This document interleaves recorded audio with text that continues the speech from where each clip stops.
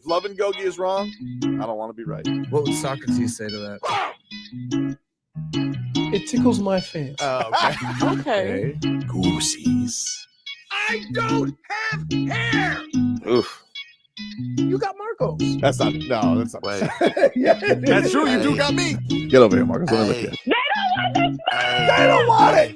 Tobin and Leroy, ready to deploy. Had to hit it with a little journalism, but that was a decoy. Better have about me, boy. Okay. Leroy and Tobin, hold to the show, man. Still to the stars with the show, and till then his half moon open. Sometimes go taste like a snowman. No proof I'm alive by the motor. No proof. Like I always wanted him, I never hated him, I never traded him, and if I did, I never ever traded him. You know what is a star? Like another city, the driver's side floor. Gucci get large, so many more. 10 in the more, never a bar. Hey, 10 in the more, 2 to the P. Nothing to you, but it's something to me. Handsome as ever, and cute as can be. You can watch it on YouTube with viewing for free. Hey, this one time for the Twitch.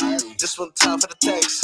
This one time for the phone line. Whole time, what they gonna do next? You know, I just wish you guys would stop quibbling. Morning, everybody. It's a quibble-free Friday, Tommy Hutton. Well, we'll see. I can't promise you. You can't promise it. You can't promise it. Morning, Leroy. How are you? What's happening? Not much. It's we're about to kick this thing off, getting on into the weekend. Hello, Vlad. How are you today? What's good, guys? Oh, not much, man. We're in these dog days of summer, but we do have True Summer League starting tonight. The True Summer League Oh, you're starts tonight defending in your Las title Vegas. tonight? Well, I guess technically it starts this afternoon. Vlad, this degenerate. I know. On the Heat Summer League. I know he's been putting bets in. I know. I hear the show. Yeah, I still listen. But wait, that's not even worse. Hawk was betting on table tennis. Was he really? Yeah. Wait, you were betting on table tennis? No, Hawk. Oh. Well, yeah, Yesterday, during the show, I'm like, this is an all-time low for July sports. It's I feel like they're. Is it? I mean, when they're giving you those free bets for those table tennis, how to use it? You just got to take that action. It's too hard to turn down. It's too hard. Speaking of degenerates, yesterday we had on the president of BKFC, but he's not really the mouthpiece for BKFC anymore because that's Conor McGregor, who just took over the job. I mean, I don't even know what to do with this. This guy was on another level yesterday at the Hard Rock when he gets up there and he is delivering his promo. I mean, if cocaine took a mic, it would look like this. What's good, Hollywood? It's a pleasure to be back here at the Hard Rock Hotel, where this Saturday night we have a flagship event with a wealth of fighting machines, topped by our heavyweight knockout sensation, Luis Elzambo Perdomo, as he circles world title fight honors. But that's not all. As much as we love. What do you want, Vlad, already? Like you're already taken aback by him? What's more pure? The coke up his nostrils, the jacket that he's wearing, or the shirt that he's wearing under the jacket? Which is more pure and white? Or the cigar that ain't gonna never get smoked. That's true. That's prop. That's prop. It's definitely a prop, or just to like, can I just chew on this until I can get to my next batch? You see what? Tobin batch. The Hard Rock Hotel here, and as much as they love Bare Knuckle, we have assembled our very first inaugural World Champion Summit before you all. Well, as you can see beside me and in front of me, some of the baddest men and women to ever grace planet Earth. This is what we're about here at Bare Knuckle Fighting Championship, the alien of combat sport. And may we rise above the night sky and rain down blows viciously on all our deniers. And announce here today that Bare Knuckle FC has no love for the big glove. So let's get going, Bare Knuckle. Let's go, Florida, and let's announce some incredible matchups, some shock signings, and the most lucrative tournament in all of combat sport, where we crown in an open weight the baddest man on the planet. Let's go give it up. Come on.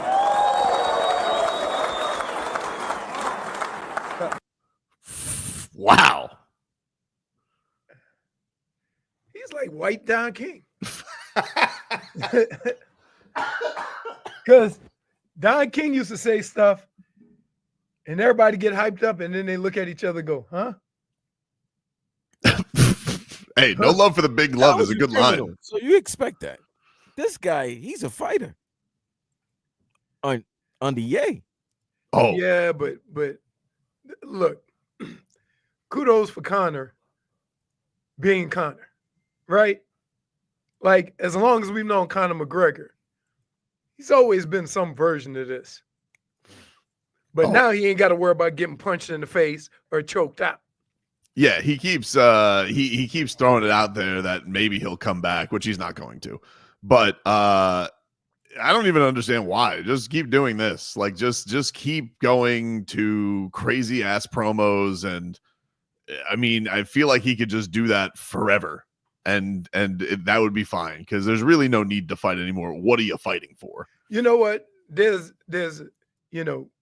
messed up, and then there's messed up to the point where you can't get more messed up. It goes, I feel good, I'm messed up, I'm really messed up, I'm passed out. There's only one other level to go. Blackout? Yeah.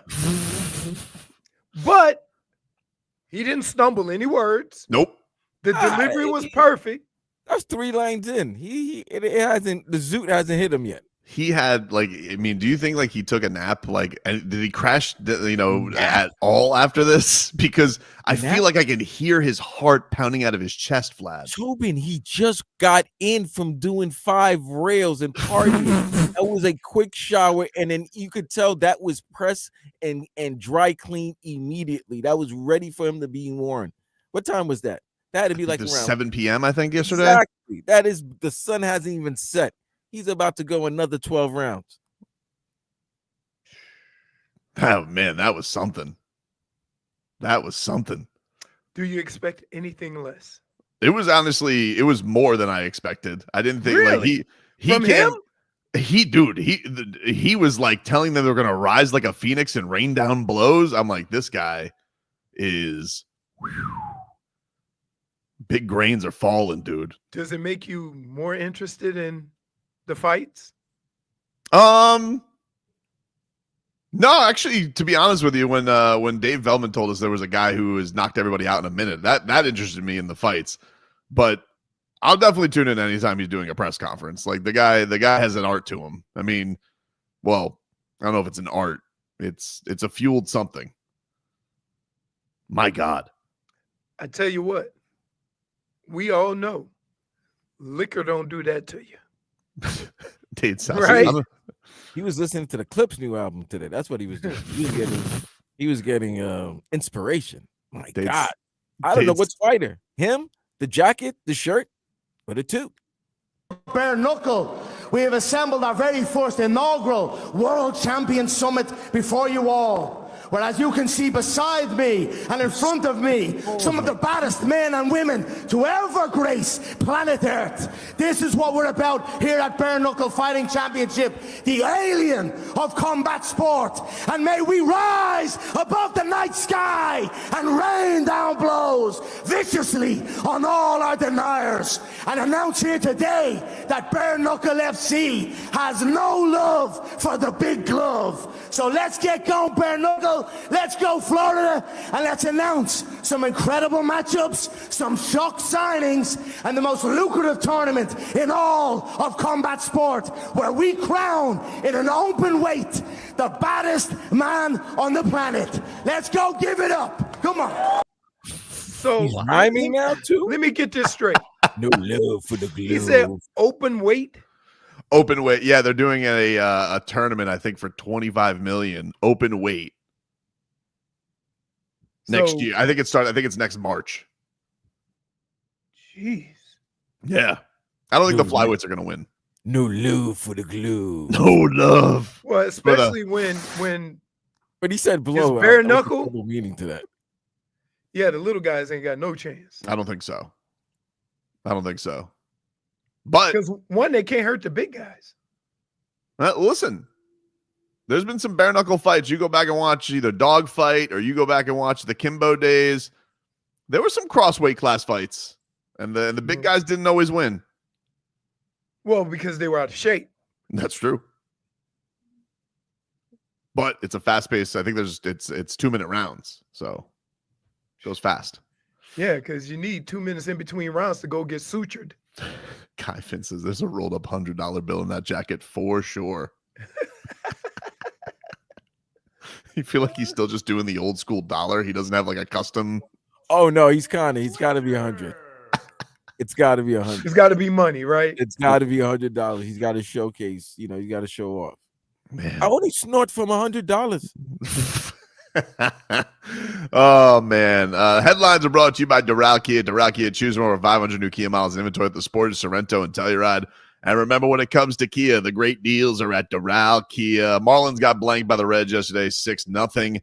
They now move on to a series with the Baltimore Orioles. Edward Cabrera on the hill tonight. 7:05 is your first pitch. Orioles stink. They do stink. They were good last year. Yeah. What happened? It is. I want to say, is baseball the most unpredictable sport of all the sports? No. Like, how often do you see a team in basketball or football just come out of nowhere without, you know what I mean? Because I think it's got the most likely of, like, once you get into the postseason, can baseball and crazy stuff happen? Yeah, probably. I mean, you got 162 games to see if a team is going to make a run. yeah, but I understand that. But also think about this. The Marlins have 2 championships and have never won a division. Yeah, Okay. that's awesome. So wild card teams win Super Bowls. Yeah, but the reason Were the why Philadelphia Eagles a wild card team last year? I mean, yeah, but they by your were they definition- 14-3? So you could be 162 and be a wild card team in a Major League Baseball. What are we talking Baseball about just seems Doesn't like reek of wild card though when you have that many wins. It feels Right. like you have to be you got to be like in the 10 range for me to consider you a football wild like card. just Listen, you could win 98 games and be a wild card team. It happens in baseball. I understand that, but 98 wins, you still got a pretty decent team, right? When the Jets went to 2 straight AFC championships, their best record was what, 10 wins? 11-5. 11-5, and then one year they were 8, 9-7, No, 10-6. 10-6. They were that good both of those years. Yeah, Rex was good for those 2 years. So it just seems like baseball. I mean, put it this way: the Dolphins were 11-6 2 years ago. If they got to the Super Bowl, would you been shocked? With a top Based on how that season was going, though, Vlad, yes, because the wheels were falling off. If they would have just won that stupid Monday night game against the Titans, we'd probably feel different. Because they probably would have won the division. Yeah, but here, think about this. When you get to the baseball playoffs, when you get to the basketball playoffs, and you get to football playoffs, right? Every now and then a team comes out of nowhere. Last year, we just saw it with Indiana. Indiana had the worst odds to win the NBA championship. But when you look at football, you look at basketball and baseball, for the most part, once you get to the playoffs, you have a pretty good idea who's going to have a chance, right? Very rarely in the other sports does a team come out of nowhere like they did in baseball. I mean, the 2 championships the Marlins won, yeah, we thought they had good teams, but that was just us because we're here, right? They weren't favored to win nothing. 97 team was pretty stacked. They were pretty stacked. 97 team was pretty stacked, dude. Like, I think the thing that nobody you got to remember, that was a Braves team that, kind of owned the division because they had one of the greatest rotations of all time. Their run. Yeah, that was the middle of the Braves decade run. Yeah. Mm-hmm. Well, and they had just won the World Series 2 years before that, and that was the only one they ever won with that rotation. But the Marlins, I mean, like, dude, that at Sheffield, Moises Alou, Bobby Bowe, Kevin Brown in the rotation with Levant, a rookie Levant. They didn't even have Alex Fernandez for the run. Who was that? Wasn't Carl Pavano? No, that was the World Series 03 teams. one. That was Okay, the 03. 03 one. All right.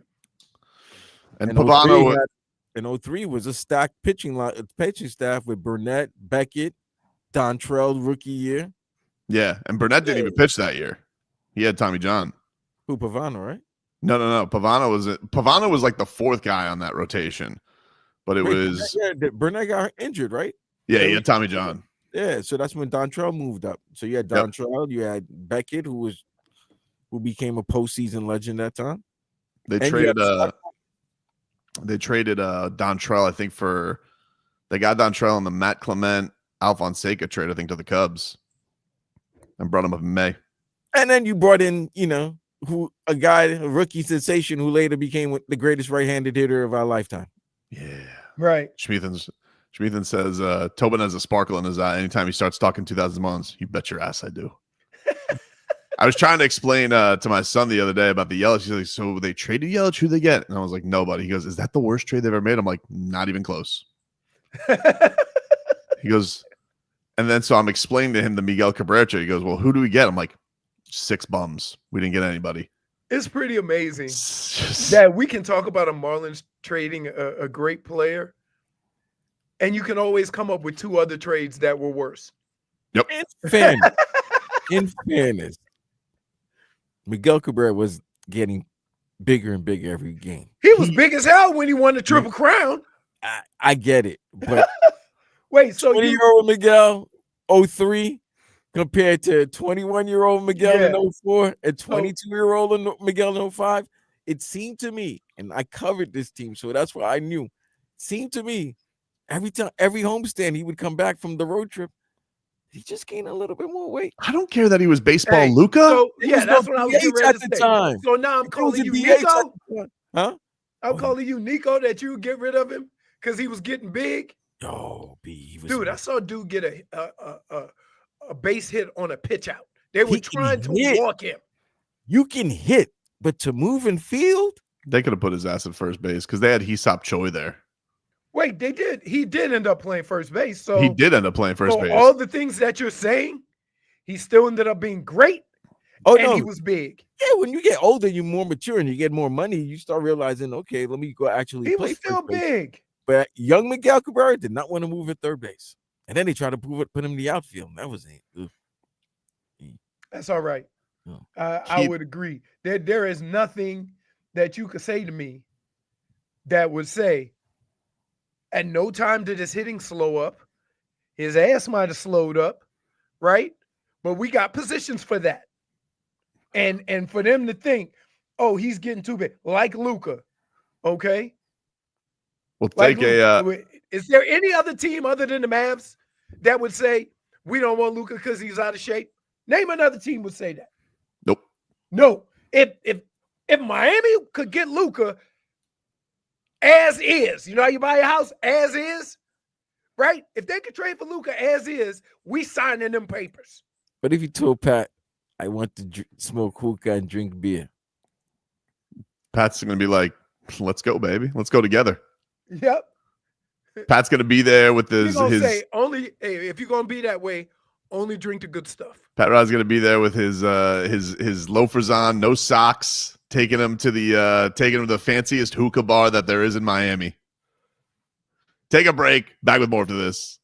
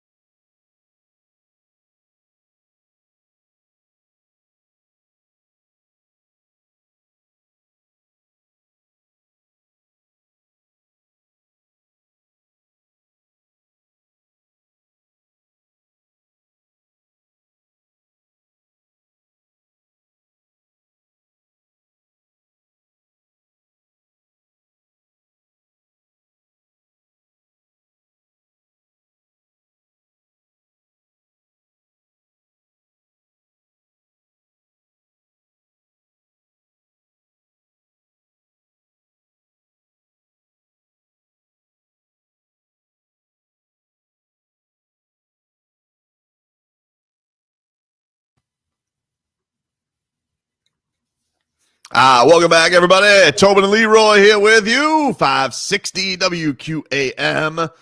Take you guys up until 2 here on the program. We're streaming live on YouTube and Twitch. As E. Sims points out, the Heat, they're playing the Hawks today, 4:30. Getting ready for Vegas Summer League action. You're going to be locked and loaded? Locked and loaded, dude. I cannot wait. Love Summer League. You know who plays right after that? Is that Cooper Flag? They playing again? Wait, when they play last night? They played last night. It was good. It was good. How did he do? He had his flashes. It wasn't good from the field. He was like 5 of 21. Wow, he got 21 shots off, huh? Got 21 shots off. Yeah. When you're the future face of a franchise, you're gonna get as many shots as you want in Summer League. Everybody was looking at Cooper Flag and being like, "Hey, come on, let's do things." But he did. He did have a huge slam. He's very athletic. Yeah. I think that goes. He is extremely athletic. Yeah, no. He's a moose. He's a moose. You know, Bronny had a shot for the win, didn't hit it. It's all right. Summer League. Did it? But hey, listen, he gave the business to Kasparis. This is the game in California. He gave them the business. He's ripped Cooper Flag yesterday. Bronny was balling. You can tell the difference between the guys who've played at least. You know, they've had at least a cup of coffee in the NBA. That's why Pele looked so aggressive and ready to ball in that game, you know, in that California Summer League. They know what real ball is. They've seen it up close and personal. So I agree with that. And it's mostly on the defensive end, right? Like offensively, like if you can score, you can score. But defensively, that's where you seem to find the biggest transition from first year to second year to third year. See the Lakers still trying to get that Dalton Connect. They're showcasing his ass. They're like, hey, shoot away, Dalton. They're trying to get somebody to take him. There's still there's more Lakers Wiggins fodder that's out there. I don't think anything's gonna happen though. I don't know. Why not? I just feel like there's too much unknown with this LeBron thing, Vlad, for me to feel like the Lakers are gonna pull a trade like that, right? Like I think they need to know like LeBron is all the way in. And I don't know, it kind of feels like there's a weird disconnect right there. So would you trade a first round pick for a player if you knew LeBron was gonna be like, you know what, I'm done. I want out. Let me ask you this. You just sold for $10 billion. Mm-hmm. You know, in sports, right, Leroy, there's only certain type of athletes that get the retirement tour. Do you think they're going to let him get it somewhere else? Showtime Hollywood Los Angeles Lakers is going to let 82 games, 41 of them at home, including hopefully a postseason run of LeBron James in his final season? That's got to be at least $2-3 billion for that franchise. Doesn't matter now, though, right? Like, it would be one thing I would agree with that if Genie was still the owner, but they just got the Dodgers owner to buy them. So, like, they have so much money, and you got Luka. Maybe it's Magic's way of infiltrating the Lakers by going through the Dodgers. I don't know, but there's no way. He had the job. He didn't have to infiltrate. He literally was the boss. Yeah, but he said he wanted to tweet. But you want to do owner boss things. You don't want to do general manager, executive boss things. Shadow GM is much more fun than real GM. Yeah. There's no way I could believe the Lakers are going to let $2-3 billion of a LeBron retirement tour go out the way. Maybe they just signed a 1-year deal because the salary cap should be going higher.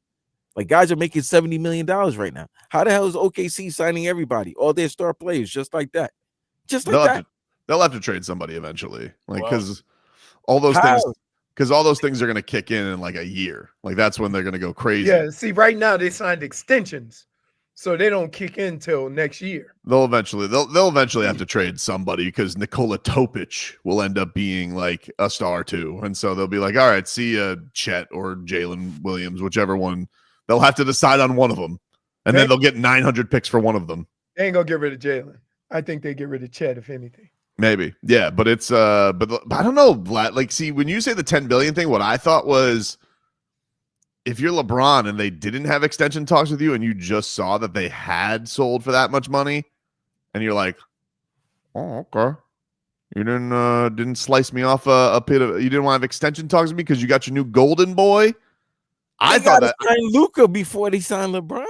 But that's why I think there's frostiness. I was like, if they didn't have extension talks with LeBron and he just saw what they sold for, like I would be like, oh, Tobin, dude, you just want frostiness because I'm just reporting what's happening, dude. I know we're all reporting what's happening. That's just why are we making the assumption that because everything has happened to this point that LeBron has a problem with anything?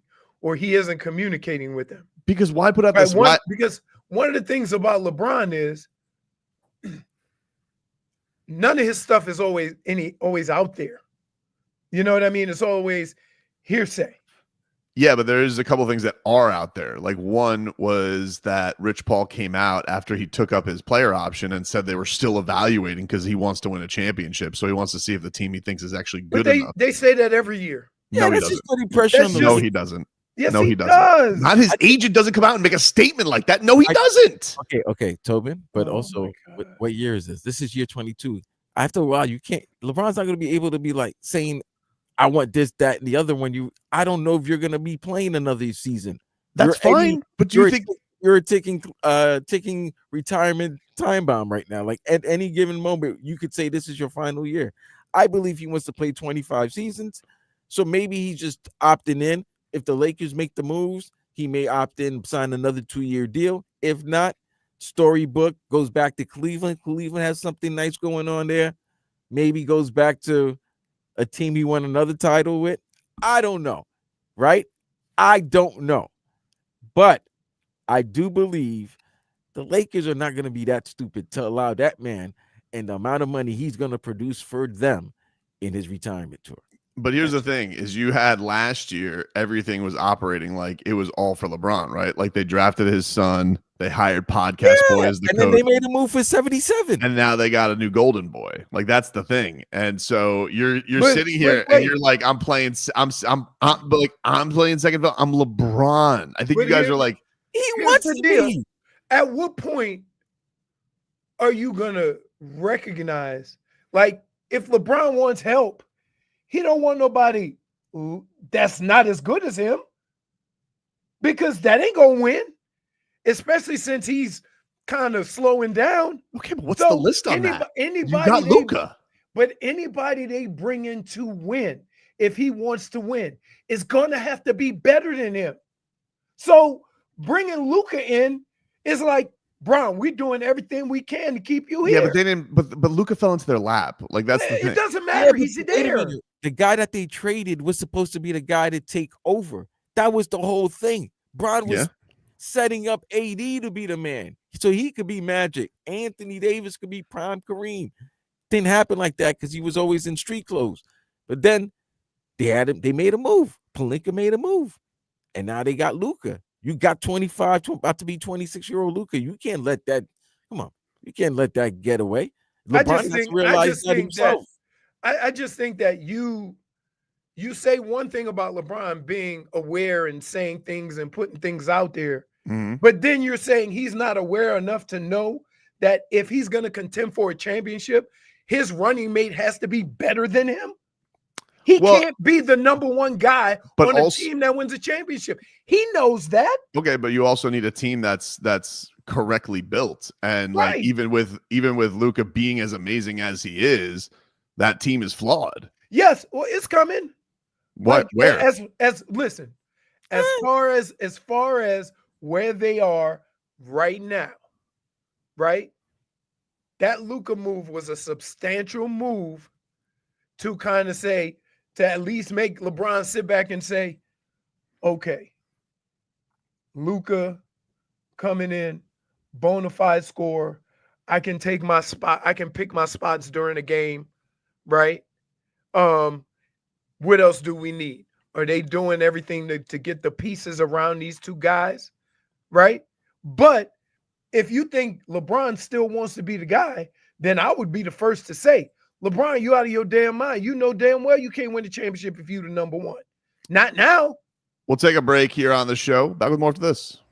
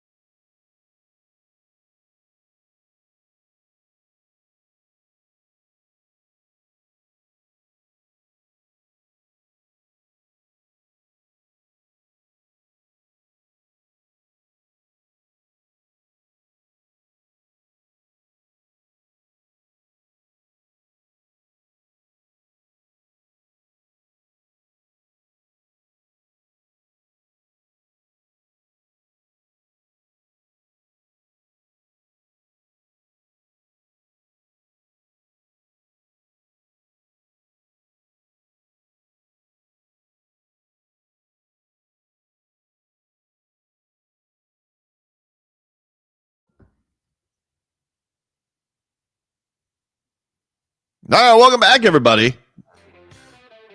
It's Tobin and Leroy here with you. 560 WQAM. Take you guys up until 2. Dolphins training camp is around the corner. Canes not too far away. Heat making moves. Summer League is underway. We're keeping an eye on the Panthers. Yesterday, of course, re-signing Mackie Samoskevich. And the Marlins continue their season. Keep up with everything. Listen to Tobin and Leroy on the Odyssey, iHeartRadio, or TuneIn apps. All there for you, streaming live. You on this weekend, Vlad? Are you on with Dan Day at all? Yes, we are. Saturday and Sunday, 12 to 4. There you go. Check out the boys. They do a great job every single weekend. And you guys can catch them on YouTube and Twitch as well. The Heat, they got Summer League this afternoon, 4:30. That game is on ESPN2. And I believe they all stream on the FanDuel app. So if you guys have FanDuel Sports Sun, you guys can catch it there as well if you're walking around your phone or whatnot, and you're looking to catch a little Heat Summer League. Their schedule is as follows. They got the Hawks this afternoon, Sunday, 7:30 p.m. against the Cavaliers. That's going to run up against the Love Island finale. All right, well, I'll just have to delay. What do you love more? Heat Summer League. I'm going to have to delay Love Island. Heat Summer League, you love more than. Well, here's the thing, Vlad. And I've explained this with Love Island. I love the show, but it's got the worst last week in the history of shows because it's all just let's just get to the finale. Once we get here, everybody's settled. Everybody's like they're doing the parents episode next. Let's just get to the finale. And so I'm gonna miss a lot of fluff. So I'll catch the Heat, and then we'll be probably right in time for the actual reveal on Sunday night of who wins Love Island. That'll be the real test. So what's that? Who got booted? We will find that out, I think, tonight. I think they voted last night. So you find out tonight, and then Sunday's like the final. Yeah, the final. The reunion show? No, the reunion is. I think they do. Yeah. I love the reunion show. Reunions are great. Why? Chase says, "Can you bet on Love Island?" I believe there are people who are taking action on Love Island. I don't know if Hard Rock is taking Love Island action, but I believe the British have odds. If you go to like the British website, like gambling sites, they gotta have odds because they have odds on wrestling, which is crazy because it's scripted. Yeah, but, but a lot of those things, Vlad, they only let you bet a certain amount, so you can't like make big wagers on it. Yeah, and I don't know if it's live, so I don't know. Like you'll probably get like a leak of like, oh, such and such is winning. I think right now, the last time I saw odds, I think it was Amaya and Brian are the favorites, but we'll see. It was a big night last night. Shelly and Ace ended up in the hideaway, so we'll see how that all goes. You know, Huda and Chris seem rocky. I think they're going to get the last dump, and then the final four will be Shelly and Ace, Pepe and Iris, Amaya and Brian, and then Nick and Alandria, if I had to guess.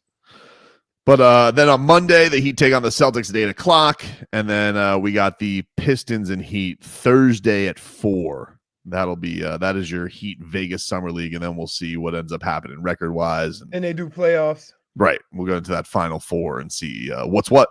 But I'm curious to see how much Kalel is going to play because I do think Kalel's going to play tonight, and I honestly think if he has like a dominant game, they're going to probably just shut him down. But I think they want one double and send his ass home. I think that's what they're looking for. Yep. Like they did that. Didn't they do that with who did they do it with last year? Jaime? Yep. Mm-hmm. They did with Jaime last year. Yeah, he played 2 games and he had like one big game, the first game, and then the second game they were like, just play, but don't really necessarily play that hard, and then he was done for the summer. Yeah, I think first of all, I think they like getting Vlad Golden some minutes, and I think but I think they want one. I think they're just like, come on, man, just go out there, give me one double, send your ass home. You know, give me one big rebound game.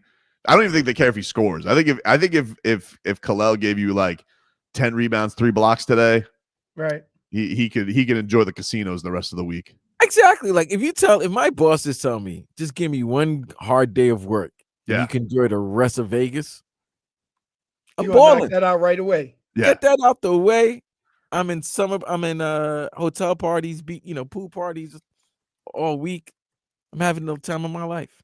I wonder if the Hawks are playing Risha Shea. I wonder if he's playing in these. Not a positive because I don't think they played in Cali, so I'm not sure what their setup is. I don't know if he want to play him. I think that he damn near played their regular team in summer league. Chase says, is he even 21 yet? I think he just turned 21. Yeah, he just turned 21. So he can gamble.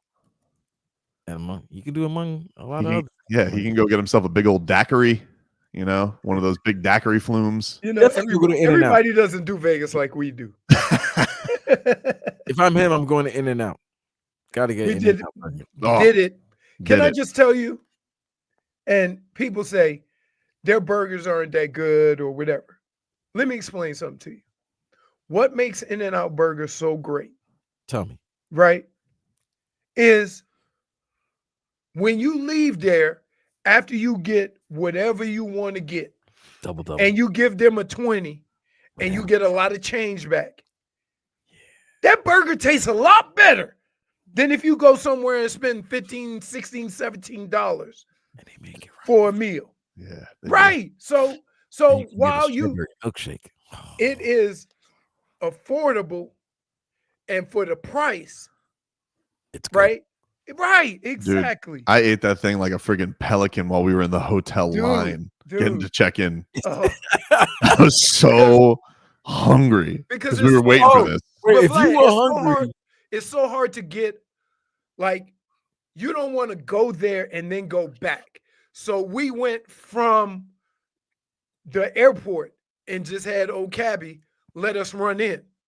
But then you get to the hotel and the line is long. Yep. And you sitting there hungry as hell with your In-N-Out. You smelling that food? And you smelling the food. Smells good. Look, you done left your luggage way at the end of the line because you holding this burger. Yeah. I think I actually put mine on. I think I put my fries on the bag that I just pushed it. I wheeled it along the table. Yeah, dude, it was only have crazy. a short limit of time to eat those with all the stuff on it. The animal fries. Fries only have a short. You only have a short time to eat it. Short shelf life. If you order Uber, regardless of how much you like fries, don't get them. Now I've done a study. I'm gonna tell you, the best fries to travel are waffle fries. Waffle fries tend to travel a little bit better than the other. Got to be the ventilation between the holes. I'm guessing. I will say this: the fries that does have a 5-second longer lasting, it's McDonald's fries. Yeah, McDonald's, because they do them crispy. They go them crispy. So I say you got 90 seconds before it start. Once it start getting lukewarm, it's over. The fry. Well, everybody who knows, if I go somewhere and get fries, there's a service fee for the trip home, and that's usually the fries. If you order any type of nugget, chicken wing, or something like that, 10%. So if you get 8, right, I'm getting 1. Chase says, I'm a Culver's guy. I take pride in it. I'm like, you know what? I've never had Culver's. I've never had Culver's. You never had Culver's? Never had Culver's. We got one around me. No, they got one right by me too. The thing about Culver's is like I don't understand what all of the hullabaloo is about, right? Because they have a lot of stuff. They have shakes and you can get chicken and all kinds of stuff. I think when I've gone there, I've gotten I guess they call it Culver burger. It was a double bacon or whatever. And then I got a patty melt. The patty melt sucked. Right. And I'm like, look, you can probably get me with any kind of burger. Right. So for me to say it was bad, like I know a bunch of people would have gotten in their car and turned around and went back. Wow. But the burger, it was okay. It was okay. I've gotten some chicken tenders. Chicken tenders were nice. Okay. Right. So you got a lot of options. I'll peruse that one time. Yeah. You're going to check out. You're going to spend about 10 to 15 minutes just looking because you've never been there. So you're going to look and you're going, scout it. See, Fat Burger. Never got into Fat Burger. Never been to a Fat Burger. Yeah. Because you know why? They got different prices for the different sizes of burger. And it's like, I mean, it's like I just want a burger. I don't want a And that's why you like In-N-Out. burger. Not a Yeah. whole bunch of decisions. Nah, just give It's me a kind of like double, I'm Five good. Guys. You go to Five Guys now. Five Guys got some good burgers. Now, They're not but I better than will In-N-Out. say They got some good this. burgers. But those peanuts, whew. Can I just tell you something about Five Guys? Yeah. Five Guys, you're gonna have to look down at your stomach and have a conversation with them. Wow, with life, like how good your life Just was. stomach. You gotta- Say, you gotta- hey, buddy, gotta- we about to go to Five Guys. You gotta go to Mark Jackson. Tell your Yeah, body. yeah, Talk- because here, certain burgers, and let's not even talk about how expensive they are, but certain burgers, Mama, there goes you that know, when burger. they cook them, it's a lot of grease, right? And they wrap it in foil, so that grease never has a chance to escape. And when you eat it, it's quite. Whoever brought back, let's bring back Fuddruckers. I got one, and I love Fuddruckers. You love Fuddruckers. I love Fuddruckers. There's nothing open anymore? Yeah, Yeah, there is. there's There's one one in the in- Pines. In Pines, I go to that. Oh, okay. You go to that one? He loves That's it. the only one by me. I used to go to the one. Remember the one they used to have on Sunrise, Went to right at the Aventura. turn. Aventura Fuddruckers. That was me and Mrs. Tobin's second date. I'm telling you, Fuddruckers. Like, and then some of them had the little game room where you order your food and they go in the game room. I don't recall yeah. that. Oh yeah. We'll take a break. Hour 2 is next.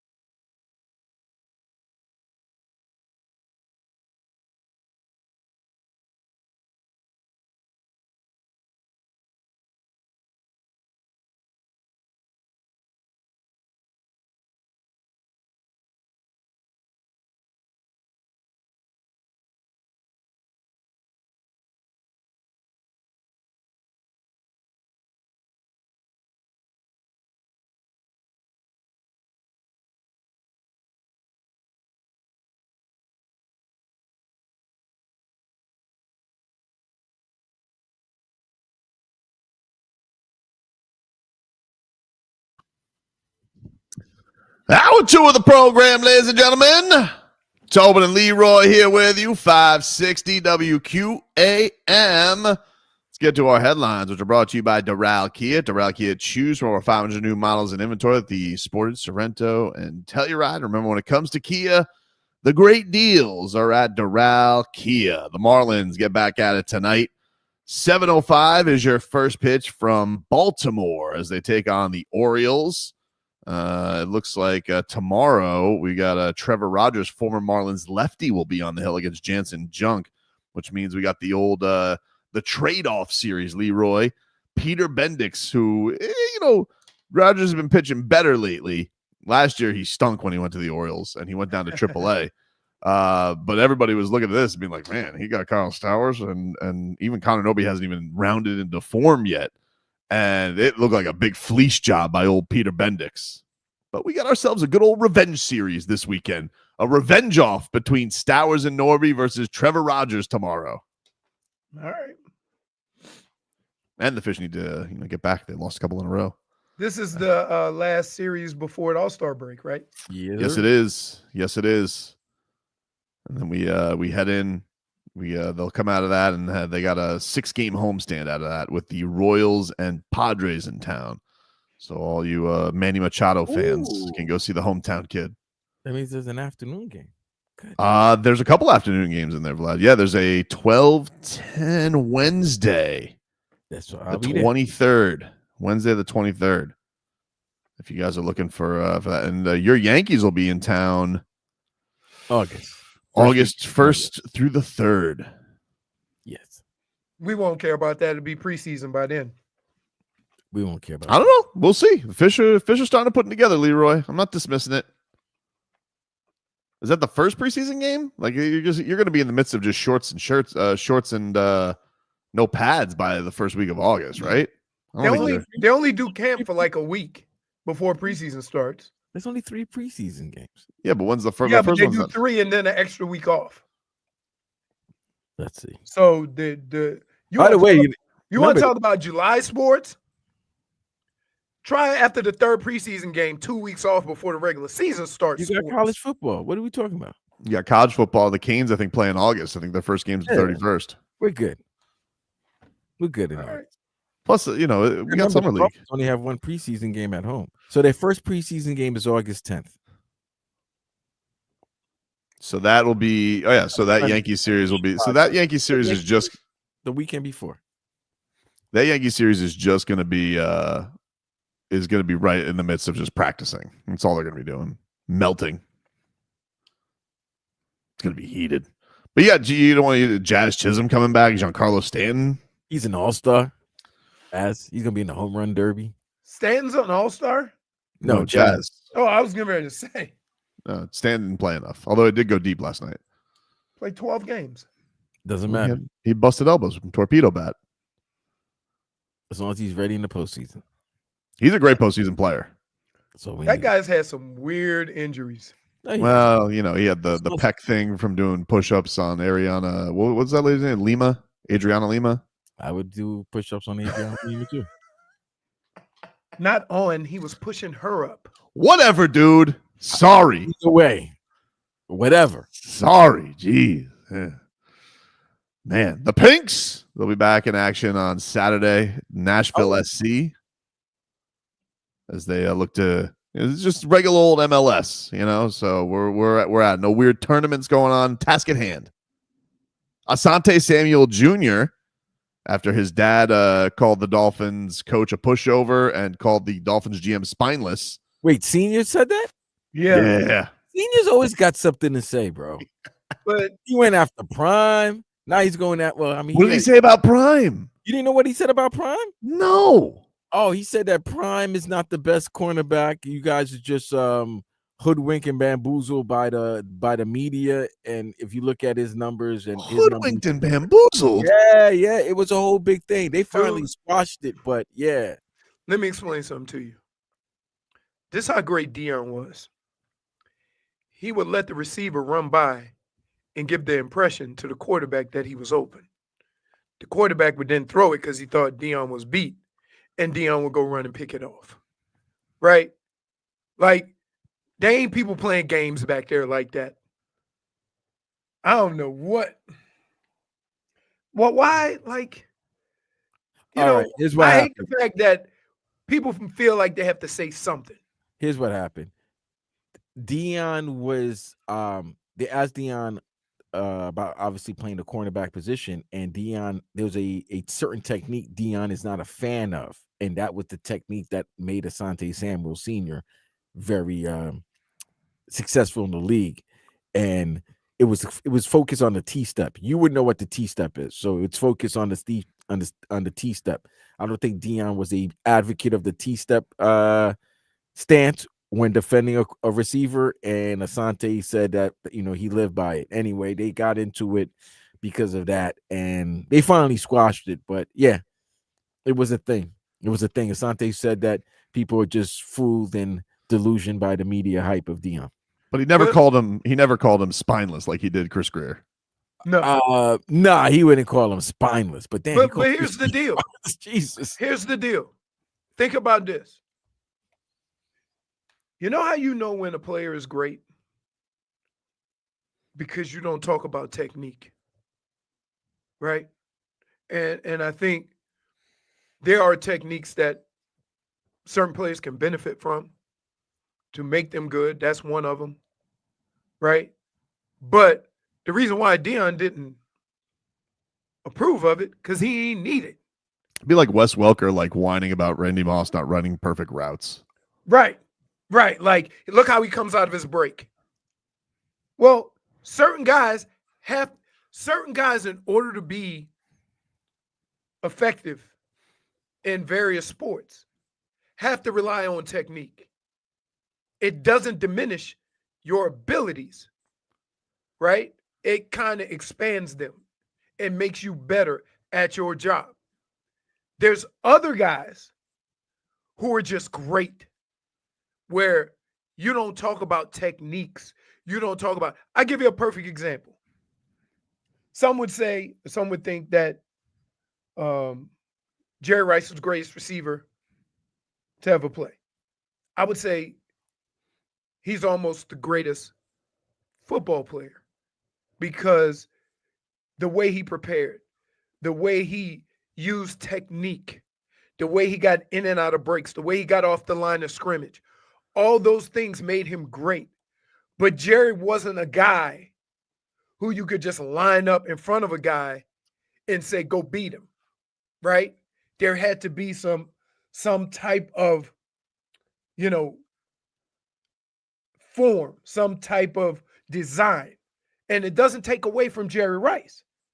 Whereas Randy, you could just say, go run a 9 route, right? Go run across the field.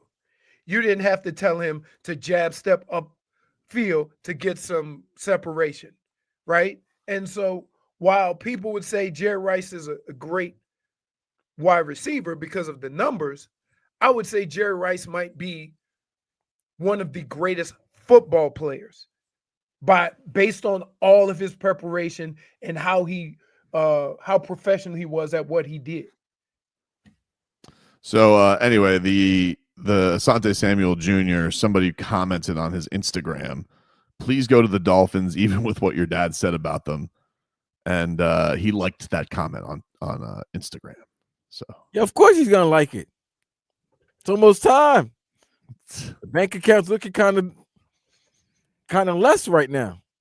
Yeah, he's coming off a neck injury. Yeah, so he's a free agent. Yeah. Work himself. Hey, look, that worked out for the Dolphins once. Remember they did that with Brent Grimes. Brent Grimes was coming off an Achilles. Yeah, they got him on the cheap skis, and he had some really good seasons with Miami. I would say this. Let me just throw this out there. You think the comments by Senior make it more possible for the Dolphins to sign Junior, or less? I'd say less. Right. So why would you go there? I think it would be one of these things. Well, I mean, if he lives down, he wants to be down here. Like because like I remember this happened with Tim Hardaway, right? Tim Hardaway Sr. not afraid to give his opinion, and Tim Hardaway Sr. plenty of times was mouthing off about Jason Kidd and the way he played his son, or Luca or all that stuff when he was on the Mavericks. Now, eventually, Tim Hardaway Jr. wasn't on the Mavericks anymore, but he did stay on the Mavericks for a little bit. Right. And you'd always have to come out and be like, my father does not speak for me, all that type of stuff, you know? Look, when everything's going great, right, they tolerate you. But it's the times when you struggle that you need that support. And if people outside of your, circle or people that are in your circle are blasting said team, then that probably is not going to lend themselves to be more patient with you. And I think that's why I say, for guys who played in the league and know how it is, it just seems a little odd to me that they would talk about an opportunity for their son, right? Whether it's staying with the Mavericks, whether it's having an opportunity to sign with the Dolphins, like you are shortening the opportunities. Then you had remember we had LeVar Ball, and then his son ends up on the Lakers with LeBron briefly. Well, the funny thing about it is that their sons, all of his sons, kind of separated from that. You know what I mean? Like you don't too much hear him.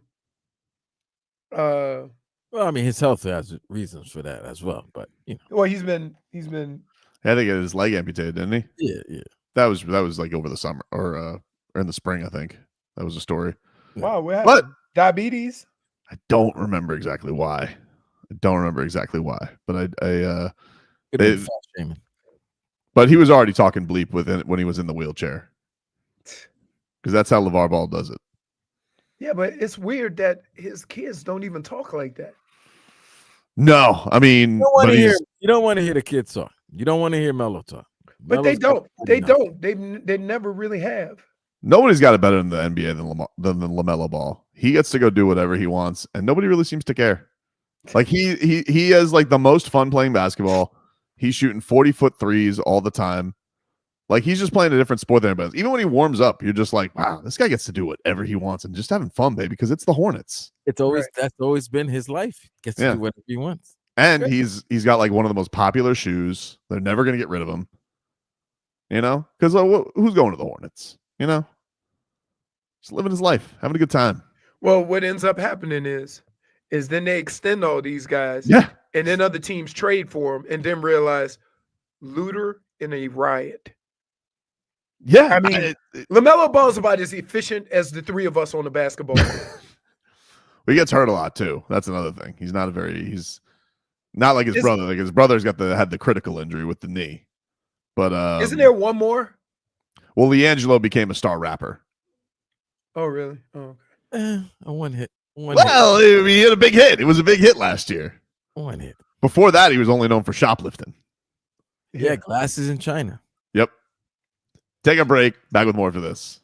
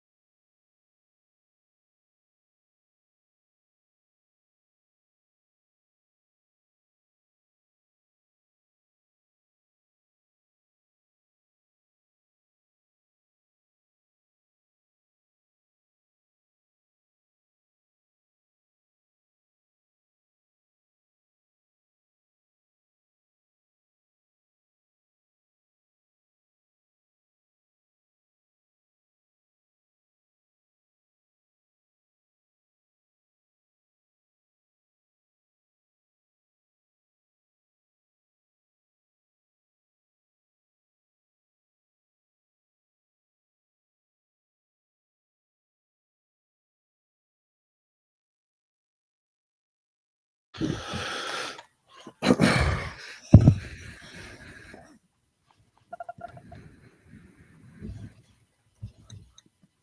right, welcome back, everybody. Tobin and Leroy here with you, 560 WQAM.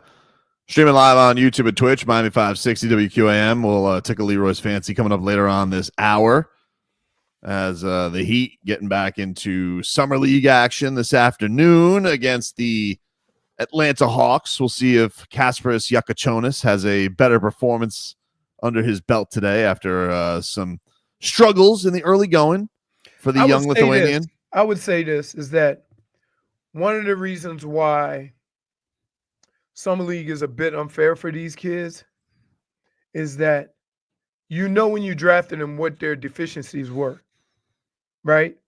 And they haven't had time to work on them. They haven't had time, to be coached up at all. And so they're being thrust in these situations. And then you're starting to see all of these inefficiencies that you thought they had before the draft. So, whoa. Okay. So, mighty sneeze. Consente. Bless you, dude. Ooh. Jeez. You got some I don't know. pepper in your nose or something? I don't know. So the things that we're seeing with Kasparas, right, are the things that we heard before the draft. Yeah, the turnover stuff was definitely a storyline. The shooting, look, he's not this bad a shooter, and I think that's the thing. I think he just need one. He needs one to go in, and I think the floodgate's gonna open for him. I think he's pressing a little bit. I was reading some of the quotes from him. I think this is a guy that just like he needs a couple to drop for him, because there's been it's not like he's like hitting the backboard on all of them. I think it's a couple of rimmed out. He gets a couple to go. I feel like he's gonna have a game where it flows a lot better for him, because I think there's been pockets of the game that have it's like, oh, that's so good, but then when one thing goes wrong, it kind of leads to another thing going wrong and just gets sped up on him. Well, that's all part of being a pro and playing that many games, right? I think that as time goes on, right, you'll see him starting to get better at certain things. Maybe his shot selection, maybe his form is a little bit, and they work with all that stuff, and that's why they're such, unlike other sports, right? Basketball, from usually your first year to your second year, there's a big jump. Yes. In how you do things, except for Jaime. Yeah, that was weird. But in all the other sports, we talk about sophomore slump. But in basketball, you talk about taking that next step and becoming a professional your second and then third year. Yeah, I'm really curious to see what happens with Jaime this year, because I do think that it's a tough spot, because he doesn't, I think he needs the ball in his hands at times to really flourish, especially when he, gets in the opportunity, putting him in a position where he's going to be a catch and shoot guy is a disaster for him. He's just never going to succeed that way. Doesn't he have the same type of feel as who's the other Winslow? Yeah, I see some of that. I think I think he has a higher motor, right? He's quicker with the ball, without the ball on the defensive side. Mm-hmm. But a lot of the things that they do, as far as handling the ball, getting to the rim, and not being that great a shooter, right? That's a lot of the stuff they have with Winslow. I think it's a fair comparison on that. I think the biggest difference would be Winslow was a pretty tenacious defender from the start of his career, and so that was always gonna lead to him in playing time. Yeah. And I think Jaime is probably more polished around there. Remember, we used to call him the fiddler crab, Justice Winslow, because he blew so many layups. Goodness. I mean, he smoked so many bunnies, it was ridiculous. Right. Just and you were just like, well, what's going on with this guy? How you gonna be that tall?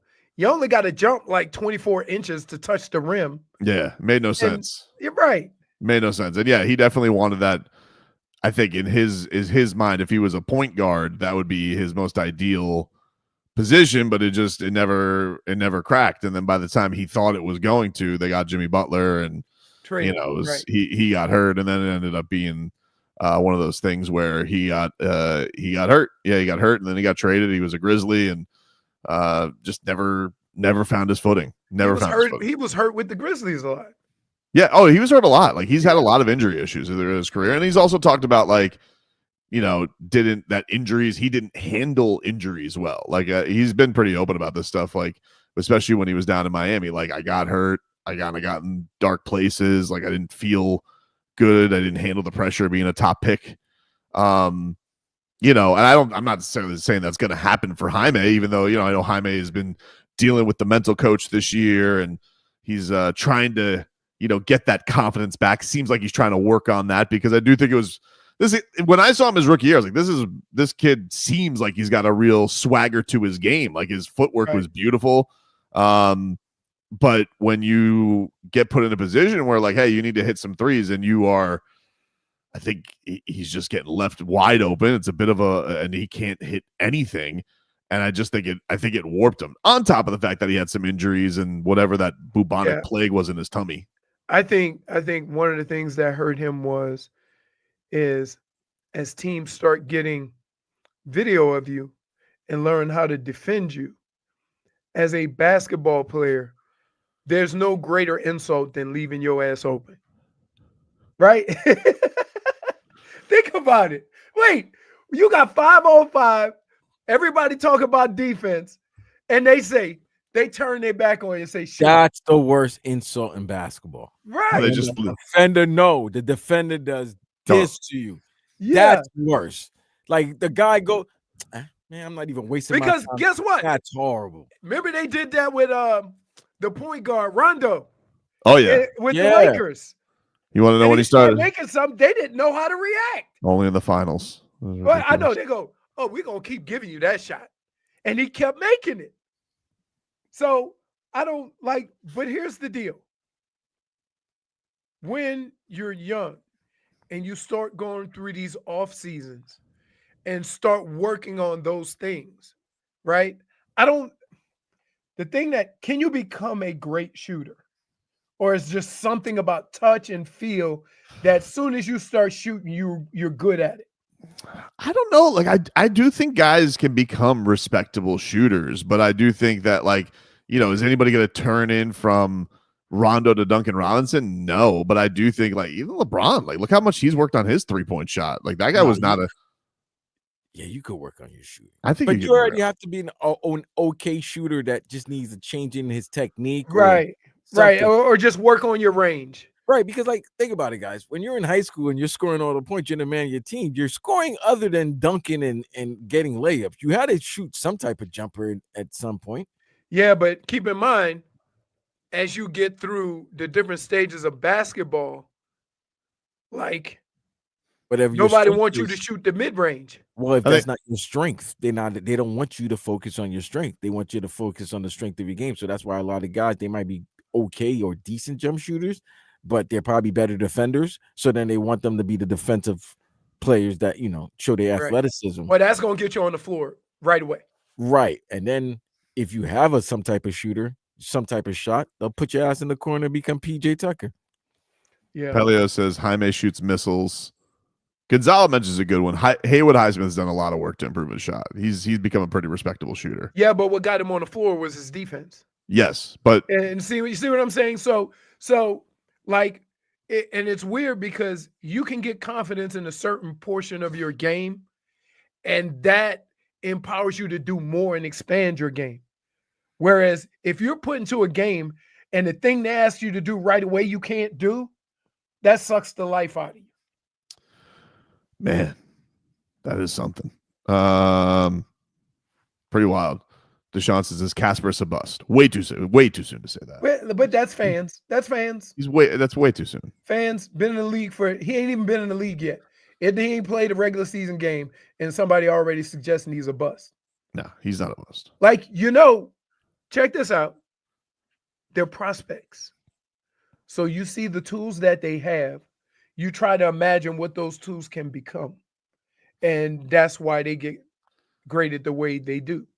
Okay. So you know, what does he have to work on? His jump shot, turnovers. Okay. We knew that before they drafted him. But when you see how he plays, the effort in which he plays, his ability to handle the ball, okay, that's something that, okay, we can build on that.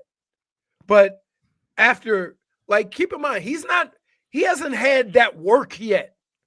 You know, that Karan Butler, meet me on the court at 10. We're going to be out here a couple hours every day working on your deficiencies. He hadn't had that yet. He went right from the draft to summer league. So there'll be time where he can get some of these things fixed before camp starts. 100%. We'll take a break here on the show. Tickle Leroy's Funcy. That's next.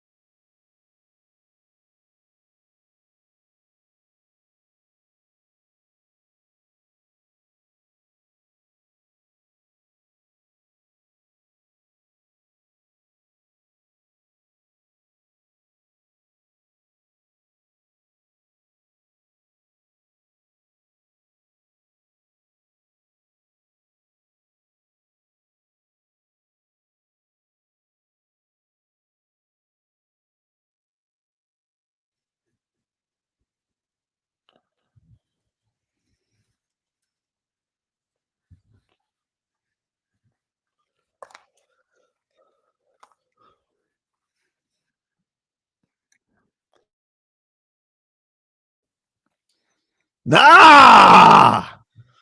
It is time, ladies and gentlemen, once he gets back to his chair, to tickle Leroy's fancy. Can't tickle somebody's fancy if their ass ain't there. Nope. Classic Leroy, you know. Dude, was he already eating? It looked like a roast beef sandwich going down. That boy's always eating. He is always like, he's just in the midst of all of it. But we got a busy weekend ahead in the sports landscape. A bunch of different things going on. But we got fighting tonight. We do got fighting tonight. I'm excited about it, Vlad. We got Amanda Serrano, Katie Taylor 3 going on tonight on Netflix. Which good little you guys better do better than you did for that Tyson Jake Paul fight with the buffering. Listen, it's gonna be good for the big fight, all right, in September. It better be. It better be. It better be. Because otherwise you're gonna have an issue with me. I need smooth broadcast. The thing is like, you're Netflix. How can you guys not do it? You got 1 billion viewers. The Zone can figure it out and you can't. Sometimes. All right, hold on. Time out. But Tyson Paul was what, last year? Or 23? Yeah. No, it was last year. Yeah. They did make up for it with the Netflix Christmas games. That's true. The football went smooth. The football went smooth. They'll make up for it. I hope so. I hope so. But no, that's going to be a great fight tonight. Amanda Serrano and Katie Taylor tonight. And then you got Shakur Stevenson tomorrow. And the Bodega champ. Yep. Edgar Berlanga. Berlanga. Yeah, we call him the Bodega champ. Me and my boys call him the Bodega champ. He's something, man. So we'll get to that. We'll see if Leroy's. We'll start off with that. Leroy. Yes, sir. Tonight on Netflix, Amanda Serrano, Katie Taylor 3. Tickle your fancy? Little boxing? Great fights. They were great fights. The first two. What time is it? Is it in the middle of the night? No. I mean, it's not like going to be. I don't think it's going to be like at 1 a.m. We look at 9, like 10:30, 11 p.m. Yeah, my fancy is tickled. My fancy is tickled. I'm in. I'll peruse. I feel like I had to twist your arm for that one. No, you didn't. Sweet no, science. You didn't. I was just thinking, dude, I get up at 4 a.m. on the weekends for golf. So I ain't going to be, around at midnight waiting for a fight to happen. Well, that's an MSG. I don't think they're going to wait that late. I don't think so. Today at 4:30, Heat Hawks. I want to see Summer League. Yeah, I want to see ESPN 2. I want to see a new guy, and I want to see the new polar bear. Vlad Golden? Yeah. He is new polar bear. Big boy. Me and Mr. Golden might have to have a conversation. Why's that? He's got to change the name. There's only one Vlad. Oh, there's only Vlad. Well, he's Vladislav. Vladislav. So call him Slav. Call him the Slav? Yeah. I think Tobin would love to call him the Slav. I'm going to tell you, at Michigan, they say he was a beast. Did they? Yeah. He's a big boy. Yep. He's a big boy. He had a good performance last game. I've been impressed for sure. So we'll see. So you're looking forward to Casper's. You're looking forward to Vlad Golden. Yeah. I want to see. You know what? I would like to see if you put Khalil Ware in a situation where he's supposed to dominate. If he dominates. Yep. You see what I'm saying? For sure. Like when you up against lesser talent and you just go out there and destroy him. I think that's everybody's, because I think that's what everybody wants to see from him is just like because the demeanor, right? You want to see the demeanor, right? The one thing that I was a little disappointed in is with all that athletic ability, he'd play 25 minutes and have 2 or 3 rebounds. Yep, that can't happen if this team if this team gonna win. He needs to have like Bam can't out rebound you playing the same position. Bam can't out rebound you from Greece. Right. When his ass is on a boat. Yeah. You need to get more than 3 rebounds of Bam while he's vacationing. Right. Like he should dominate those areas.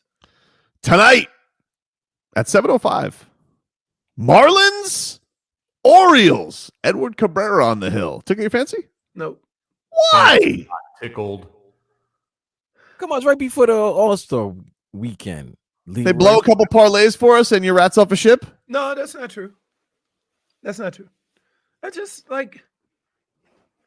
don't know. Baseball is one of those things that I'm a sports guy. So if I'm scrolling through the channels, I have all the channels that play local teams saved, right? Yep. Mm-hmm. So I go to my favorites. And if I'm not watching nothing, right, I'll see, okay, what sports do we have on? We got the Scottish Open. That'll be done. So there'll be no evening golf. Then we have, the fight.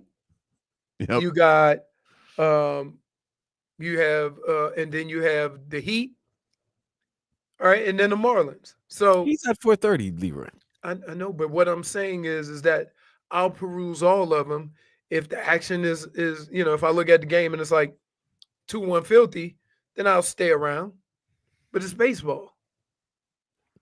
Yeah, but then, what is the sweet spot? Do they have to, if the Marlins were at 500, would you tune in for a July game? What's the level it has to be at for you? They're at 500. I'm watching almost every game. Okay, so they're 9 under? Is it why they lost 2 in a row? Yeah, they lost 2 in a row. Yeah. 8 under there. Is that has to be a record? A team that has they have a 7-game winning streak or 8? 6 maybe. Fully, they won 8, and then they had an 11-game win. They had an 11-game road win streak. Okay, so they had an 8-game. You have an 8-game winning streak, and you still currently 9 games under 500. Yeah, that happens. I mean, the Heat did it. I'm saying. What are you talking about? And how did they end up? Not great. Swept in the first round. Okay. But you always say you just want to get in the dance, right? So you're saying that you got to get back to 500, and you're going to be tickled. Your fancy will be tickled. I'm saying that if they get to 500, right, I'm gonna win the Marlins playing. What about Sunday when Yuri Perez pitches? He's been pitching awesome. Would you be interested in that? Yeah, I'm in on that. But be careful. That's Big Spoon's birthday. So. Oh, happy birthday, Big Spoon! Yeah. Happy birthday, Big Spoon. Yeah. What are you doing? I don't know. Just tell me what you want. Right. Oh, come on, man. Put some thought into it. No, I do. I mean, listen, here. It's not that I'm not going to put any thought into it and do something nice for it. Right? But you know what makes people happy? What? What they want. That's true. Right?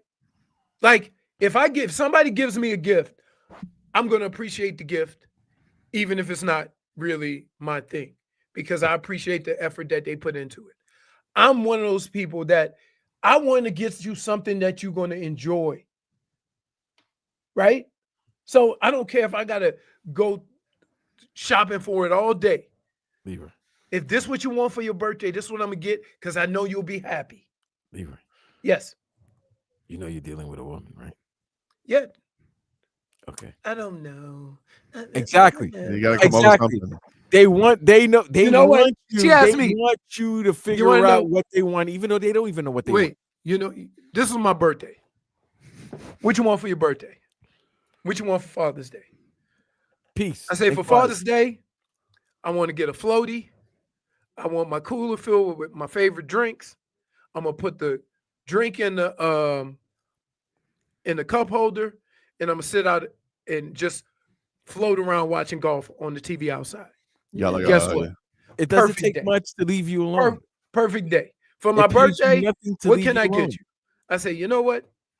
Give me a golf shirt. Give me a golf shirt or some UFOs. We're simple human beings. They're not. And it came out right there. I didn't say, I don't know. Leroy, stop stressing yourself. Stop. Do yourself a favor. They don't know what they want. Yeah. Spa day? She into a spa day? No. Because here, if I get her a spa day, that means everybody going to be at the house. And that means you got to get one for somebody for her to go with. Yes. And now I'm buying 2 birthday gifts. What about a daughter? What about a snitchy mouse, Big Spoon spa day? Yeah. Yeah, you could kill 2 birds with one stone, the mother and daughter one. Bang, bang. Yeah. You get both of them out the house and We're just game planning here, baby. We're spitballing. I know, we just spitballing. I don't know if she wants a spa day, though. And you're thinking about your 2 ladies like that. Mm-hmm. You can get one for Mima. Boom! You're out. Man, you be the man. That's a hat trick right there. Yep. Unless Mima wants to watch baseball with you and ask about the Marlins. And then that happens, you're done. That seems like a death sentence. Tomorrow night on DAZN, got another boxing match. Shakur Stevenson and William Zepeda, both undefeated. for Stevenson's WBC lightweight title. That's 135 pounds, Leroy. Tickle your fancy? No. Yes. I think you got to get me to 155. Is that Canelo?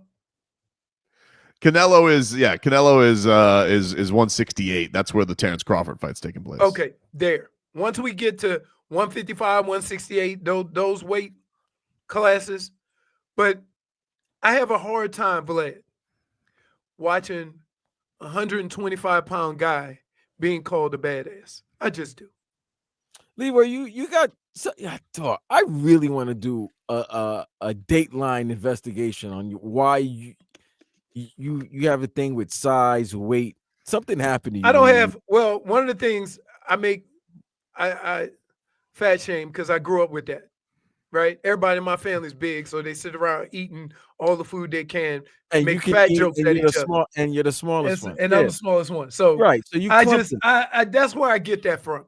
To me, it don't mean nothing. The way I operate, Vlad, is this: if I'm talking to you enough to make fun of you, that means I like you.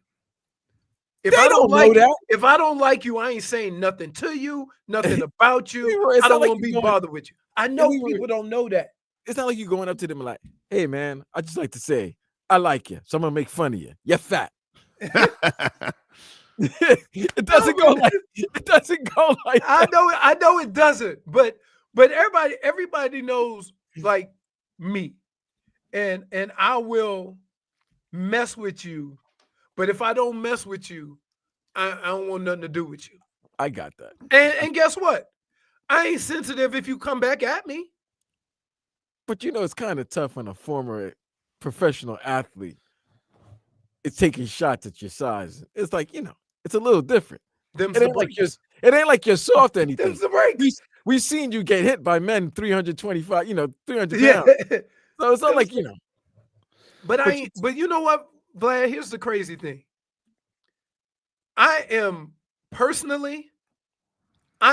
nothing close to what you see on a football field.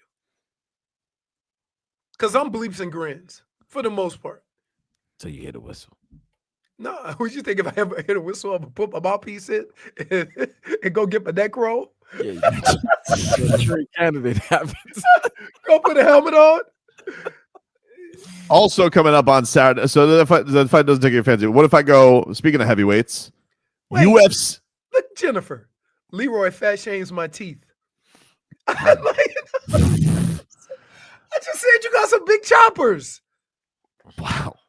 Damn. That's not what it. Jeez. It's a fact.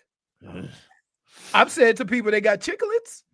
A little bit, No, you've gone very hard at like Chris Middleton, Well, listen. Easy. He could go on the side of the road and sell teeth and still have a mouthful. Come on, man. This is messed up. UFC Nashville fight night on Saturday, Leroy. We got Derek Lewis in a heavyweight main event against Taliesin Teixeira. Is Derek Lewis the cheeseburger guy? No, that's Jarrell Miller. You're thinking that's the one that sweats, right? Derek Lewis is the guy who takes his pants off. And, says his boys are hot. That's the one. Yeah, he sweats. That's what I was saying. Hey, now he's a destroyer. He's a destroyer, right? But what's funny about that dude is he don't look like he have no muscles. Nope. Right? He has not fought in a year, coming off a win. He's taken on Taliesin Teixeira, who has had a first-round finish in all 8 of his MMA fights. Oh, so this is a good one. So they're trying they're putting him against a 25-year-old 6'7" Brazilian monster, and they're saying gatekeeper. Let's see if okay.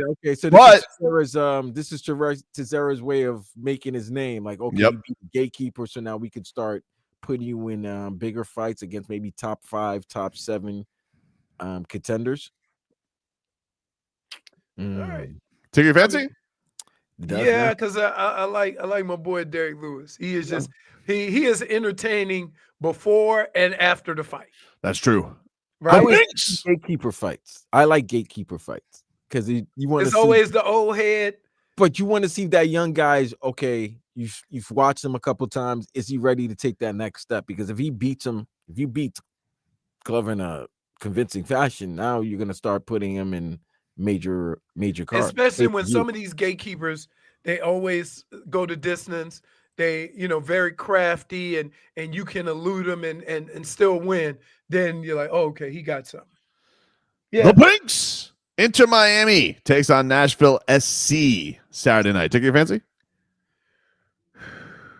Look, I'm gonna be honest with you. I will check on the score. Mhm. I might even peek in at the game, but Fancy, not tickled. not really. Finally, Leroy, Sunday at 7:30, the Heat back in Summer League action against the Cleveland Cavaliers. Take your fancy? 7:30 Sunday? Yeah. Yeah, I'll watch that. All right. Yeah. There you My go. fancy is tickled. Previewing, of course, the Love Island finale. No, like now don't even play with me with that. I know. It's a waste of time. Yes. Is your fancy tickled by the Superman movie? Like the thing with the Superman movies, like especially when they do the first one over, you basically know the whole plot. It's just a matter of how the director Did they make it look cool? puts it together, right? How his interpretation is a little bit different than all the other guys. But the first Superman movie, you have seen the same movie 4 or 5 times with all the different Supermans from the beginning to now. So this is not an origin story. Right. So this is his version. It's just it's the same story, but done what is his twist going to be on it as far as the relationships, how Superman is navigating through everything. The previews, Wait a it minute. looks different. So how you gonna not? You know who's directing this, right? The dude that did what did he do? Did he do Guardians of the Galaxy? Yeah, Yep. you love those movies. Yeah. Okay. So you're not gonna give him the BOD, Is Groot in it? the benefit of the doubt? No, I am. I'm just saying that it's hard sometimes to be that excited about a movie when you already know how it's going to play out. Like, I remember Batman versus Superman, you had no idea how that was going to play out. And Made it so competitive. it made it interesting. That is Tickle My Fancy. We'll take a break. Third hour coming on up. Back after this.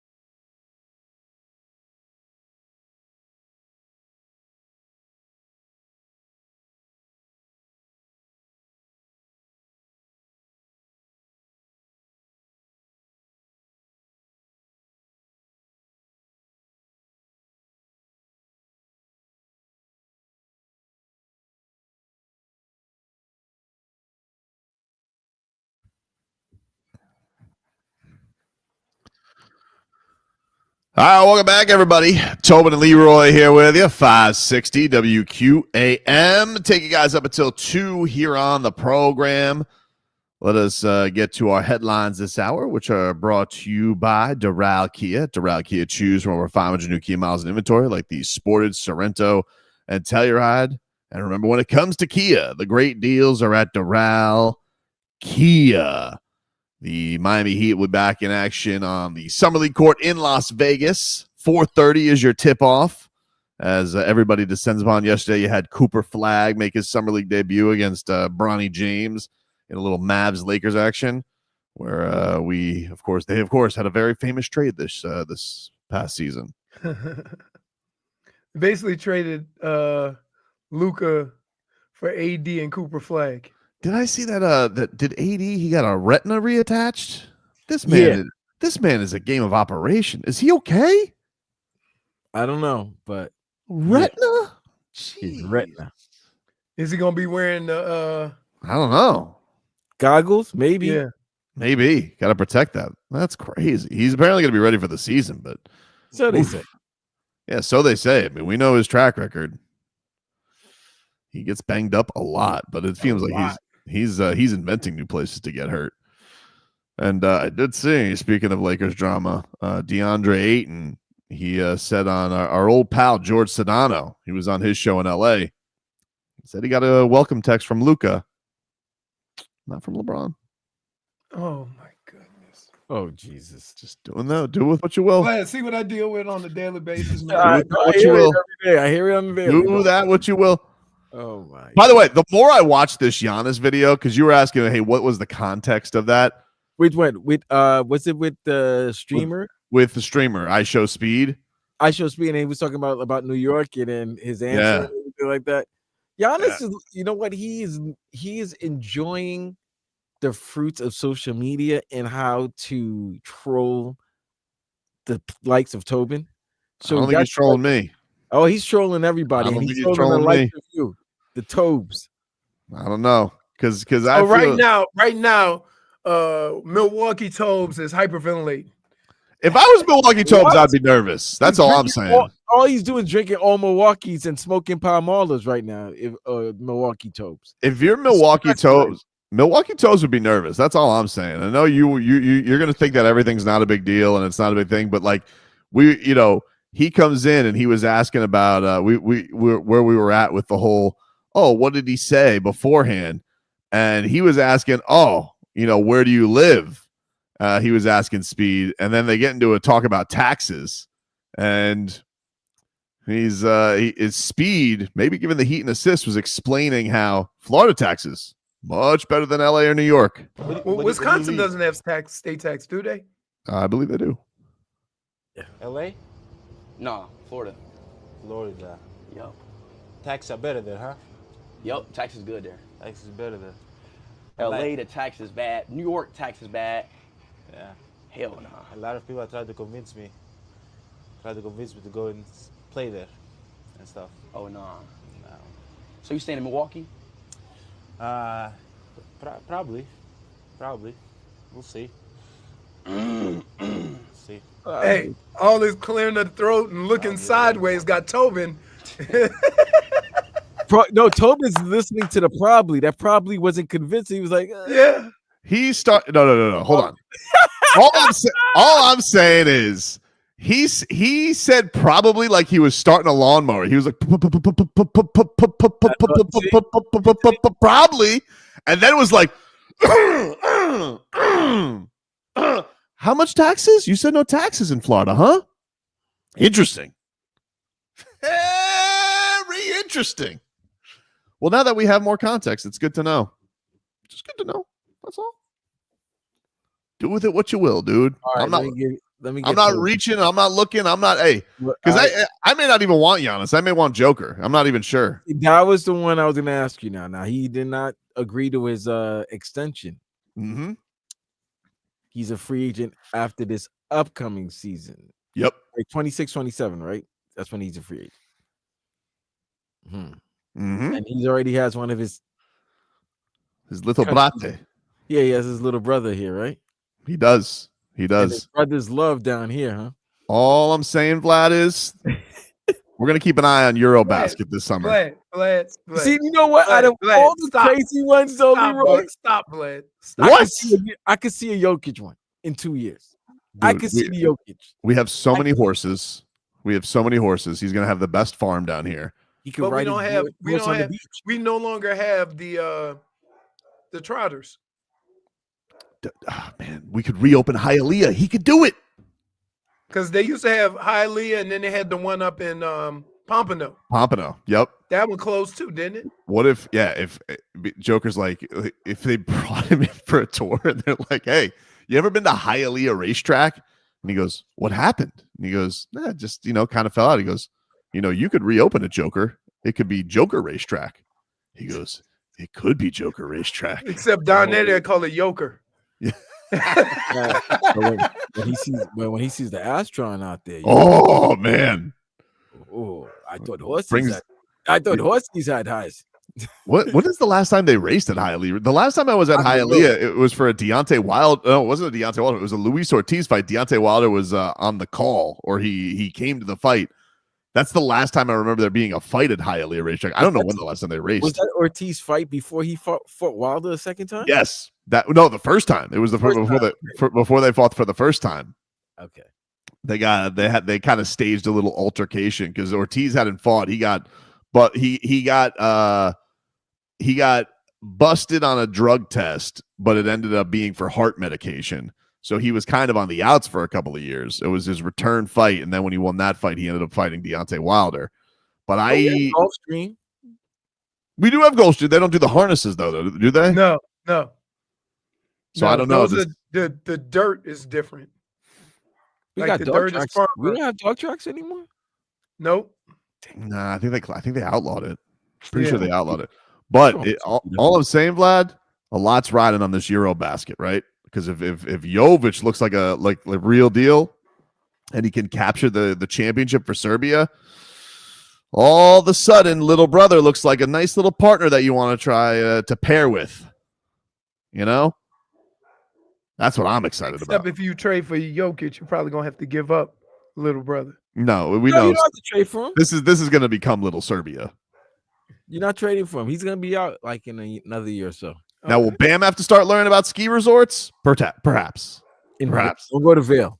Him and Hero, they better get their ski masks on. Bam, just don't go to Vail. That's what you'd have to watch out for, because it would have to be like, oh, little Serbia, huh? But he'd be closer to Vegas, though. He would be. That's true. He'd be right there for the that's a hops. That's a little travel there. Even though I guess the seasons don't line up too much. No, the women's it does it. That's why when you said he went to Greece, I'm like, man, he went to Greece while she's playing in the W. Mm-hmm.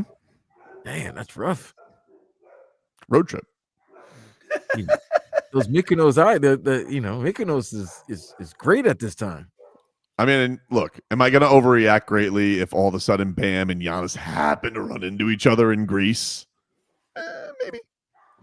Dude, you have unbelievable imagination. What? It's not that crazy. If he just goes, gives Giannis a call, he goes, hey man, I'm on a boat at one of these Greek islands. How big is Leroy? You know what I love? I think Tobin thinks when superstar athletes, chill and vacation together, that all they're talking about is how they can, link up and take over the league. Like that's what he thinks, and it's nothing like that.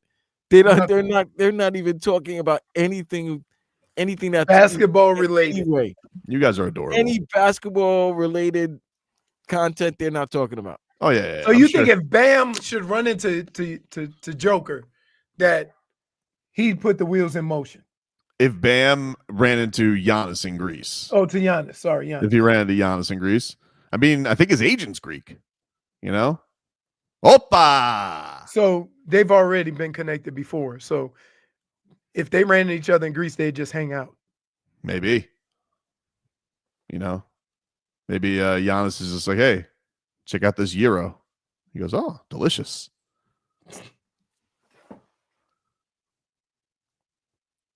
What? Is it that crazy? Yeah. Come on, man. That stutter of like probably sound too enthusiastic. Look, hey, Vlad, see how he just threw some extra cheese on that burger? That's how he sounded. Parmesan. Par for the course. Parmesan. You're only saying that because he dismissed New York. If he didn't dismiss New York, you'd be all over this, Vlad. Oh, I don't listen. He didn't dismiss anything. I just think it's funny that he's trolling, and the trolling gets guys like you excited. You know who else is excited? San Francisco Tobes. We talked to him not too long ago. Why should he be excited? He just found out that California taxes are bad. So what? Oof. Golden State is involved. The fact that Golden State knows that Giannis is out there, that's got to get San Francisco Tobes. What's his name? We talked to him. And guess who's going to get traded? Pivot? Jimmy. Yeah. What was that guy's name? He was funny. Because they play the same type of game. Yeah, but San Francisco Tobes is like the Warriors right now. Listen, Giannis wants to come play with Steph. He wants to play with Steph. Schmieden says, Schmieden Schmolnick says, let's swap our hero for that Euro. Wow. Come on, don't do this, Tobes. Not now. What am I doing? I'm just kicking back. Vlad, no pressure on me. I'm happy having Norman Powell, you know? Glad I got a vaccine for that, so I'm able to deal with it now. Just right now because everything's You asked. Hold on. You're the one yesterday who asked for more context to the conversation. We now have it. Didn't really give more context. They were talking taxes, baby. No, that's the same bit you played. The same thing you played yesterday. No, because we didn't play the beginning part with the taxes. Yeah, you did. No, we didn't.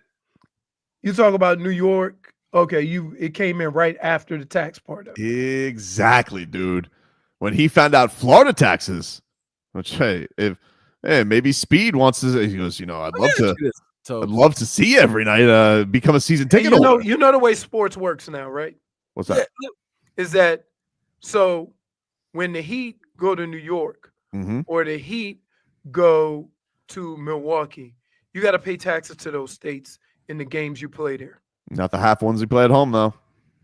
And you play the Magic twice more. All right. That is true. You do play 43. But let me ask you this, Tobin. I know in your fantasy world, you think there is no salary cap so that the Heat can grab everybody. Yep. But let's say there is one that they can grab in the next 2 years. Who is the player that you want? Joker or Giannis? I want Joker. Or Luka? I want Joker. Honestly, out of those three. No, actually, no, I'm going to put in a fourth one because I know you love this person so much. It's between Joker, Giannis, Luka, or Ant-Man. That's the guy I want. That's the guy I want. I know him. Vlad. I'm still taking Joker. You still taking Joker? Because that dude takes over a game like no other. The only thing with for fun. The only thing with Joker that I'm always worried about is one day he's just going to say, I don't want to do this anymore. Okay, so then so out of those four, he would be the last one you would go for, Tobin. Wow, no, I think I'd rank him second. Oh, you rank? I think if I had to rank it, but that's because he likes Ant-Man. I'd go Ant, Joker, Giannis for Luka. Luka then Giannis. Yeah, I think I go Luka Giannis just because of age. Not even the age, it's the shooting. But you because know one guy is 7 when you get banged up, all them trips to the rim, just ask Jimmy. He doesn't get banged up that much. He doesn't, but strong. It's coming. We'll take a break here on the show. Back up to this.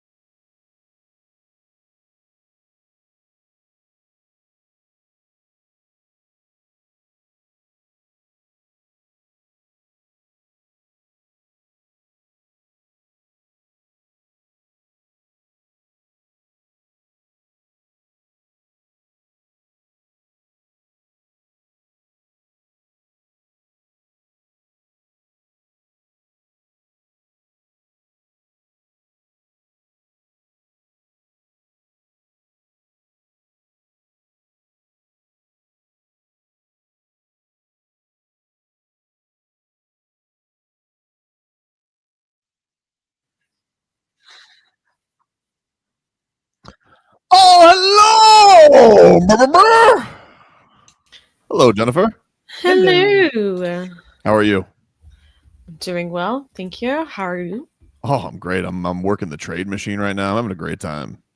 You ain't working no trade machine. Here's how Tobin's trade machine Swear to works. God, I'm working the trade machine. We get Joker. No, I wasn't actually even doing a Joker trade, to be honest with you. I was doing a LeBron trade. You literally are starting something right now. Look at you. I'm not starting something. Look, there's a lot of the ESPN dropped this article today, basically on the Lakers and LeBron are, it's not good right now. And now this guy Gambo, he's got his pulse on the NBA. He's been on this whole, he's a Suns reporter, but he's usually accurate. And he was reporting that the Lakers want to move on from LeBron ASAP. That LeBron is upset that they have. Look, this is what LeBron's upset about. Okay, been the face of the league for 20 years. Lakers got a new squeeze. That's what it is. A Slovenian squeeze. Who, by the way, but here's, as much as I love LeBron, don't you have to be more aware? Leroy, are you believing this? You think this is actual? You believe this, or this is just fodder because they have nothing to talk about during the summer? This I think, has been a pretty yeah, weak but I don't think LeBron is caring about that. My job is to keep my boy focused. I am focused. Right? No, I'm focused. You're a loose cannon. I don't think you're doing a good job. I know I'm not. This is from Ramona Shelburne and Brian Windhorst. The Lakers made their statement in not offering James a contract beyond the season. It was abundantly clear that the 21-time All-Stars time as the face of the Lakers had, for the first time, planned an end date. Even if James set a record for the NBA, whether it's the 25-26 season to be James' final season is up to him. But if he wanted a Hollywood ending, the Lakers give legends of the game. The release date is set for spring of 2026. Luka Doncic in, LeBron James out. LeBron also reportedly felt that the Lakers didn't fully value everything he'd done, shifting their focus to Luka Doncic. James understood the Lakers taking full advantage of the opportunity to pivot to a younger superstar, but James's perspective, sources said, was nuance was sometimes lost during the transition. Doncic had never asked to be a Laker. James, for his part, had chosen LA coming in 2018 when the team missed the playoffs for 5 consecutive seasons, worst run for the franchise since its move from Minneapolis. 2 years later, he helped deliver their 17th championship. He feels that was years ago. It was years. I understand it was years ago, but I can't help what his feelings are. Well, then that's all I'm saying. Hold on. But then, okay. So if his feelings are hurt, all right. I don't know if Cleveland wants him back. Maybe they do. That would be it, because guess whose team is closer to winning a championship than the Lakers? Mm-hmm. The Cleveland Cavaliers. So it is. But but you have to remember, Vlad, you make a lot of money. I mean, he makes $52 million. Not easy, because you'd have to give out a big, important piece. Yeah, but guess what? If you take in me and my son could develop, and then the legacy continues, this is it. I can see. Look, the Cleveland thing is very obvious, but you also have to remember, Vlad, let's not forget, like it's nothing, him and the owner there are not exactly kumbaya. They weren't kumbaya before he went back. But when he was gone, they've talked about they're super bad. They want to do this without LeBron. I don't know if they're all open arms to bring him back. How has Cleveland looked when LeBron leaves? They don't look too good. Well, they can't get past the second round. When they're with LeBron gets them past the second round. The Heat. Just saying. I know it's. Hey, listen. What's the chances of a Hollywood ending with the Heat? Really, Tobin. Think about this. What's the chances? I would say, well, it's up to him. He's got a no trade clause, so he's going to have to pick the place. But they also have to be a place that would be willing to take him on, and his son, which I think that he would be. Well, I can't speak for them, but I don't think why wouldn't they be? They've known him since he was a wee lad. Right. I just think I don't think LeBron is that unaware that teams need to move on or start to build for the future. East is wide open, as Michael Beasley says. I mean, I understand all that, but some of the things that you're saying about how LeBron feels doesn't make sense That's what I'm for a saying. guy who's that aware of how the NBA works. And in fact, he was the main one talking about I need help so he can pick his spots. Right. What would be a better guy than Luka? And where would I do that? And in Miami, I'm gonna have to be the guy. Well, yeah, but here's the thing. One, you're going to be the face of the team, and you do have a team that would fit really well with him, to be honest with you. Like, if they trade, just hear me out on this. Hear me out. If you have a team that would just be a defensive point guard who's not going to need the ball that much in Davion Mitchell, Okay. a shooting two guard, which is always something LeBron needs, is shooting around him. You have Bam at the 4 and Kalel a lob threat, and LeBron essentially gets to be the point guard. On top of it, they have Norman Powell. Even if they didn't want to put Davion, if they wanted to put two shooters with Norman Powell and Tyler Hero around him, that's a pretty good fit, dude. Like, you're not going to get much of a basketball fit than that for him. When LeBron has success, he has 3 knockdown shooters with him. Who has 3 knockdown shooters in the league around them? Like, he's gonna. And you're talking about he's gonna have 2 of the best shooters in the league with him. Well, he had Kevin Love, J.R. Smith, and Kyle Korver. But I'm just saying, like, okay, with Bam, Kalel, Tyler, and one other guy. Norman Powell. Okay, if you're gonna go that route, okay, you got 2 shooters. That could work. Okay. Yeah. But if Powell doesn't start, that's LeBron with 1 shooter. That's not going to work. They probably would start him, and then LeBron's essentially the point guard. So you want to have that's not good shooting out there. Bam can't shoot like that. That's what I'm saying. Hold on. Davion can't shoot. But Davion, I'm not putting Davion in the starting lineup here. Okay. So Powell and Hero can get attacked offensively with LeBron. No, Powell can play some defense. Well, he feels like he's gonna dial it back up. He's gonna dial it back up defensively. Yeah, well, he might have to because LeBron is woo. Yes, it is. You have a 40-year-old out there. You're gonna need some help, but he does have. I mean, he's gonna have the help of Bam. You have the help of Bam and Kalel behind you. It's not bad. Yeah, but pick your poison. I'm just saying, like, what? So if you were to what are the other options that you would throw him out there with? Because if he did want to really move on, and if the Lakers do want to move on from him ASAP. And what young talent are you sending back to the? I'm not sending them young talent. If you can get LeBron and Dalton connect along with the trade, that's different because now you're getting shooting. Because if you're gonna do that trade, all right, you know what? I'm gonna play around. I'm gonna have fun with you. All right, do the trade. What else do you have? Because I've done the trade. Don't have that much great shooting. I've done the trade to make it work with the caps because he's our first apron hard cap and the Lakers situation. This is the trade that works. Okay. Wiggins, Terry Rozier. They got to have the salary fit. If this is gonna be a drama thing, them's the breaks. He's got to go. Yeah, you got to fit the salary. Like, them's the rules. Like, I know nobody wants Terry Rozier, but if you got to move on from this big drama of LeBron hanging over your head, you got to take Terry Rozier. Haywood Highsmith, Jaime Jaquez Jr. 4, LeBron James, Bronny James, and handsome Gabe Vincent. I'm sold. This is J Fit. That's the trade that I put for. You know what? What if you take out Gabe and put Dalton Connect? Why would you do that to me, Leroy? I got to see if the salary works. Let me see. Let's see. Trade machine. I take out Gabe Vincent. You put on old Tennessee intangible himself. Try trade. Doesn't work in the cap because the Heat need to put out more money, or the Heat need to take. Leroy, so sorry. So you got that's the salary that works. Unless I'm putting in more players, but you're getting very complex for me, Leroy. Jackson Hayes, throw in Jackson. No, Jackson Hayes. He has no trade clause. Crazy enough, he has no trade clause. I think he waived it. Didn't he waive it? When? I thought he waived it already.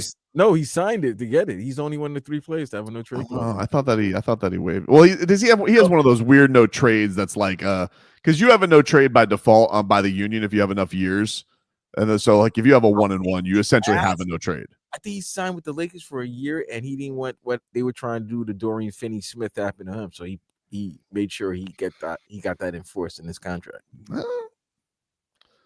What about the Knicks? You would take you. What if you want to go to the Knicks, Vlad? Would you be into that? No, not at all. No, I thought about this because that's a love affair that's always been rumored since hot and heavy. Those two, right? But he's 40, bro. It's a lot like Alondra and Nick. They always looked at each other. Are we talking Long Island? I was waiting. We're talking LeBron Island. Bron Island. Yeah. No, listen. Name wise, marquee wise, if he brought a championship, it would really elevate him into like crazy tier. Like he's already in the top 2 already, but New Yorkers would try to push him more. The fact of the matter is, you're giving up a lot just to get him. I'm not willing to give up OG. I'm not willing up to give McBride Bridges or Cat just for a guy who only has a year or 2 left in the league. You know who it would be, right? It'd probably be Bridges. Right, because Bridges, it would make sense to Bridges because he has a year left, but the contract has to work out, and OG makes the most. You'd have to throw in somebody else, so it'd have to be like Cat or Mitch, and I don't know if I want to lose Mitch. Mitch is too valuable. A 7-foot athletic big man. We see, know how athletic that, how valuable that is, and you have a neophyte. You have a rookie you have a second-year guy that you're trying to mold. So think about what he's going to look like in another couple of years. I can't give up something that we've developed over 6-7 years and is looking very, looking like a legit top 5 center in the East because of what he can do. To give all of that up for one guy, I know he's great, but he's 40, bro. But if you're and I think I get it, and I understand. So that's why it's like you guys were in the Eastern Conference Finals last year. The Heat obviously are looking for some kind of big swing, but it's not a risky move. It's not like because you got basically 2 guys that you'd have to put in there. If you want to put in the young asset, Jaime gets to go back to LA. Like that's we got this young guy. He was a first team all rookie. He gets a fresh start. And there's a flip to LeBron also. When he does retire, you have $50 million in salary. Mm-hmm. That's the other thing.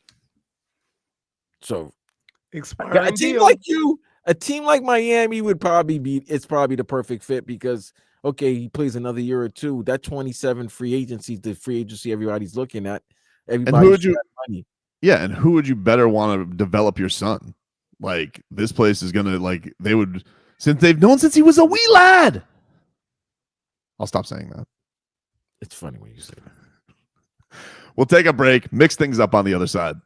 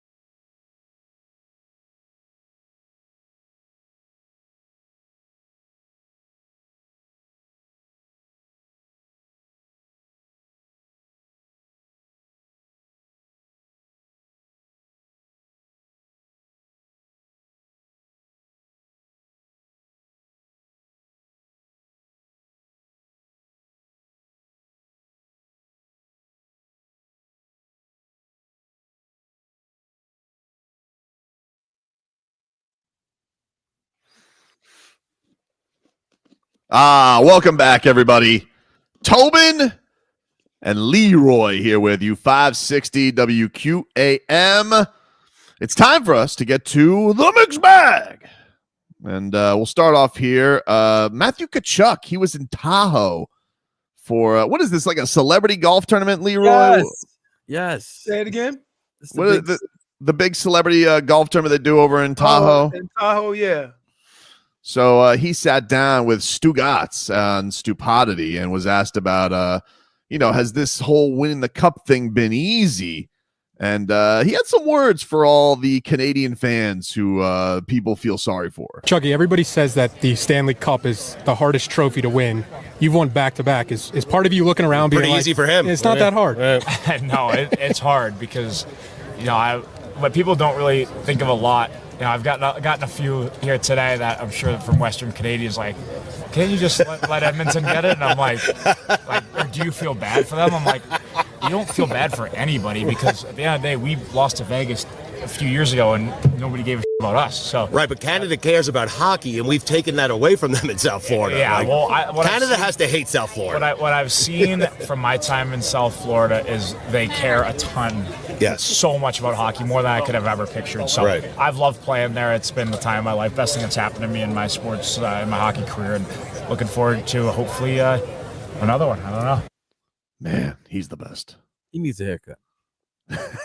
No, that's his thing. The curly hair. You don't like the curly the curly hair, Vlad? Yeah, he's giving me Rocky from Mass vibes. Well, he is not feeling bad. I mean, remember that Vegas series that he was broken sternum in that series. Brother had to help him out of bed to try and suit up to play in that series. And now he's got two cups, two cups, 2 rings. Been a good run for the Chucky era. Still my guy. I love the idea though of Canada. Oh, please. So does that mean the cup is in Tahoe? I don't know. That would be a good place to party. I think it just got back from getting a plate put on it. Yeah, I think Leroy's right. I think being put, but like I think we're about 24 hours away from Roberto Luongo eating some more pasta out of it. I think that's what we're heading. The exhibit at the Hockey Hall of Fame is already up. There'll be Parmesan in there. Hockey Hall of Fame's in Toronto, J-Fig? Yes. No, it's just there for a short visit because that thing ain't gonna be in Canada very long. Bye. You guys can get it. Wait, you know what would be the perfect troll job? If Sam Bennett or spend the day with the cup in Canada. Oh yeah. He should. I mean, I think they would. He should. A lot of them do that hometown tour. It's gotta go to, there's got to be a Finland visit. There's got to be a Canadian visit. Bob wants to take it to Russia. I don't know what the deal is there. Lundell, I believe, is in I'm Finland right definitely now. drinking vodka off the Stanley Cup. Yeah. Well, he said when we talked to him last year, Vlad, he's like, he looks at that thing like it legitimately is the Holy Grail. Because we were like, oh, did you? He goes, Bob was like, I don't. He goes, I just looked at it. Like he definitely has too much respect for the cup to eat out of it. Even though everybody has done it, he won't do it. Let me say this. Panthers next celebration next year when we're back around here for the 3-peat. Sorry, Rouse. Let's give Bob the trophy first, because I think Bob, like you said, Bob doesn't do anything but like really admire the trophy, and I don't want him to put anything in that trophy that he has to eat, because we all know there's other guys, his teammates are doing some of the filthiest, most diabolical things to that trophy. When you get Nate Schmidt Day, who knows what that guy's going to do? Get it first so that it is purity, and then the debauchery could happen. Yeah, agreed. Yeah. Because I'm not gonna lie to you, Leroy, if you had the trophy, Tobin had it the night before or the day before, you're gonna be aren't you gonna look at the trophy like, what can I do with the trophy that Tobin didn't just Tobinize and messed up? Leroy's not looking at anything right now. I'm listening. Would you want dibs on it, Leroy, or would you allow me to have the cup first? No. Why? You would want it first, right? Yeah. Want your nasty ass with the cup. and do all that stuff with the cup. Oh, what do you mean? I told you. I have to go get that cup steam cleaned after you've used it. Tobin, there ain't nobody on this show. If we all got a day with the cup, would give you the cup first. Why? Because the cup gonna come back dented. It might have some red stuff on it. There's Some definitely blue fire. stuff. There's definitely fire. Somehow you'll find It's a way to gonna use might it be as a little kinetic burnt. skin. It's gonna be bent. Oh, it's definitely gonna be bent. He's gonna do one of his antics and just throw the cup, and then like where the cup He go? might use it in a closed set. Close. Possibly It was a set it on closed set. fire. I'm not gonna do a bonfire out of the Stanley Cup. Dude, fireworks. Oh, yeah. Wait, you never know when you start let me drinking. explain something to you. Little drinky poos. There is absolutely no way Probably put you an would get iguana the in cup it. first. I'm hurt by this. I would say it would go Jay Jennifer, Vlad, me, then you. Wow, I really appreciate that. Thank you. See, because She's that's how definitely partying with the cup. She's gonna take it to some mosh pit. Hey, she ain't gonna crop it out. Yes, that's a great idea. Oh no, then you move. No, Vlad, me, then mosh You're pit, gonna say then what Tobin. would Vlad actually do, huh? Wait a minute. What about Frog Boy? You're gonna trust? No, he's No. after Tobin. Frog Boy gonna take it to Orlando to show mama, and it's gonna get caught in some kind of hurricane or tornado. And then he gonna tell us a story of how he lost the cup, and we're gonna have to call witnesses. No, he'll have the cup. He'll lose the baby. And we'll have to find the baby while finding the cup. Well, with the Hangover cup. all over again. Yeah, it'll be all over again. And somehow we'll find the baby and lose the cup. It'll be like a 2-hour movie. Next in the mixed bag, you guys familiar with Randy Moss? Yes. He played with Leroy Horde. Yep. He today was at a restaurant opening. He's opening a chicken restaurant called Crispy's, which I guess is going to have a partnership with Hard Rock Stadium this year. So he spent some time with the media. And this is from David Furonis's Twitter account, Miami Dolphins reporter for the Sun Sentinel. And he gave some thoughts on the Miami Dolphins' upcoming season. I think it's going to be very interesting. You know, with me bringing Minka back, you know, trading Jalen, with all the drama and things off the field that's been going on over the last year. I'm just looking for a big year from this offense with Tua and Tyreek Hill mainly.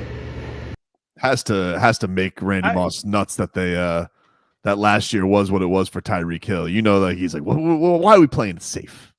Here's the deal. And I've been saying this since the end of last season. This whole season is going to be centered around one thought, and that's Mike McDaniel and how he decides to run offense. Okay?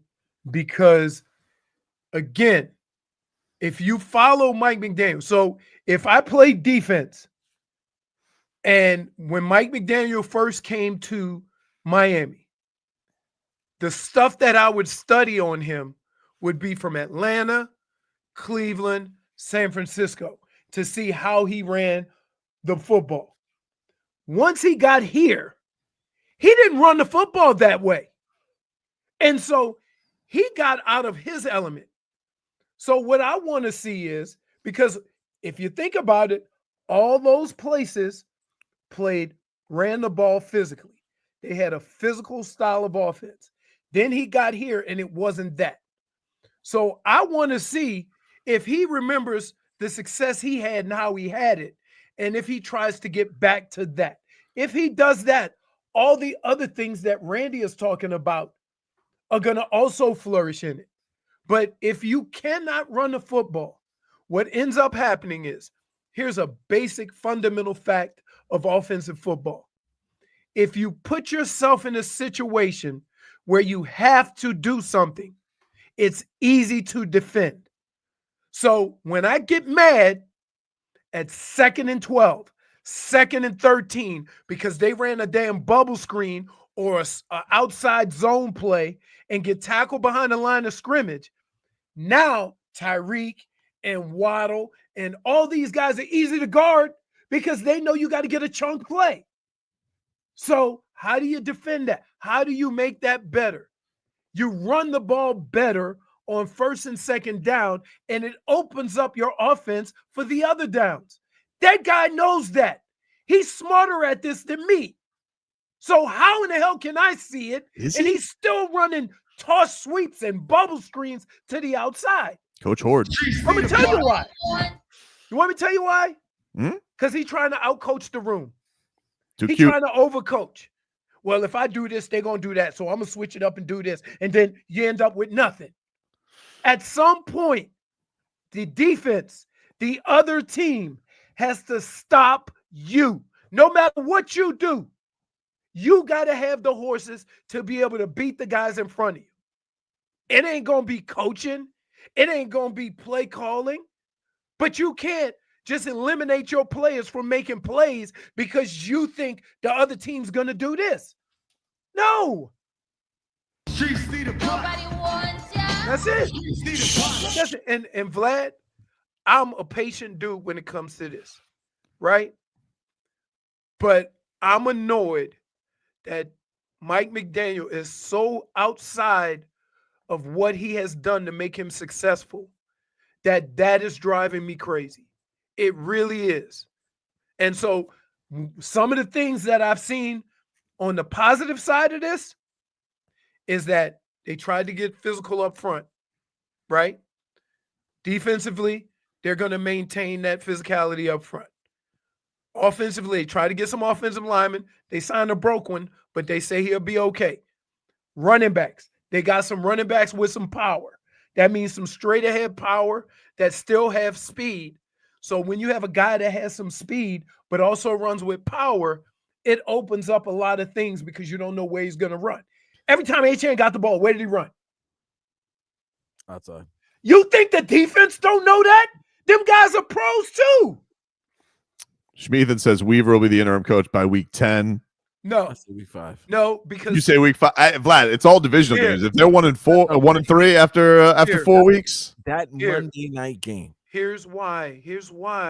Because again, that dude's not dumb. Okay? And I'm not just going to say that he can't do it.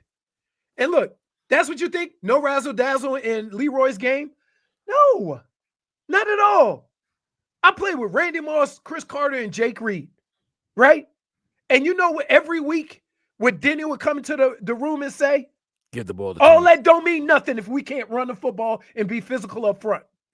Did he say let him off the hook? No. That was, hey, let me tell you something. I only saw Denny blow up like that one time or 2 times since all the time I was in Minnesota. So when he blew up like that, it had been building. But Tobes, you're right. I believe if you guys lose to the Colts, lose to the Bills, lose to the Patriots, and then lose in that Monday night game to the Jets, yeah, I don't think Mike McDaniel's the coach. I don't even think it has to be 0-4, Vlad. I think if they lose 1-3, I think 1-3. I just think if they get embarrassed on that Monday night game, if it's 1-3 and it's not the Bills that you beat that one game, it's gonna get hot. It's gonna get hot, dude. You want me to tell you how Mike McDaniel loses his job? Right? If what you know of Mike McDaniel and the offense that he runs, if he keeps trying to force feed that nonsense that he's been doing the last couple of years with the outside zone and all that stuff, and they get dumb trucked again because they're not physical, you'll be able to see that in the first 3 weeks. And I'm going to tell you, if they don't play a physical style of football, or it looks different, or they're trying to be more physical up front, if they're not even attempting to do that and he's still trying to get outside, and you see a lot of 2nd and 11s, 2nd and 12s, his ass is gone. Evan 11 says, y'all are crazy. Ross not firing anybody until at least week 8 or 9. Dade South says, Razzle. I'm going to tell you like this. I'm going to tell you after the first 2 or 3 games if Mike McDaniel will have his job. Because you'll know. Because if it looks the same as it did last year, how in the hell can you expect different results? Dade South says, Razzle and Dazzle are what Leroy called his shoulder pads. Jake and the fat man. Also in the mixed bag, Keyshawn Johnson had a great performance his last game. He's a very athletic dude. Very athletic. Keyshawn Johnson. There's no fans allowed at the California Classic, except for 2 years in a row. Keyshawn Johnson's family. You know, no fans were really allowed into the building, but you got a big cheering section here. Of course, you're from Oakland. You're from the Bay Area. Yeah. What's it like having your family here? Man, get him some camera time over there, man. That's my family. My family came out. You know, Barry always come out. I love my family to death. It's crazy. He's the only guy who has a cheering section at the California Classic. Yep. I love that.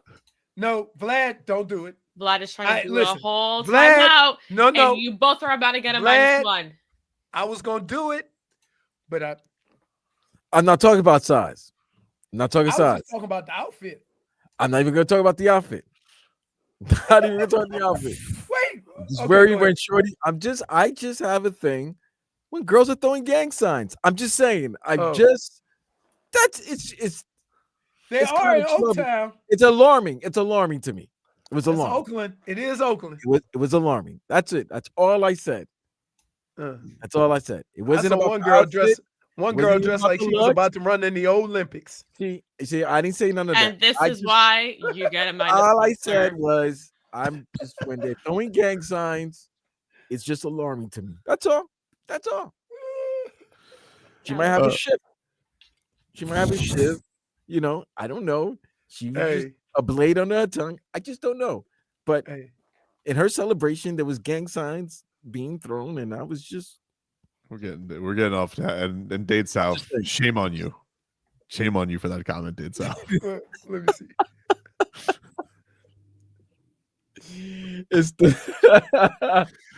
We'll take a break. We'll take a break here on the show. Final hour coming on up. We're back after this.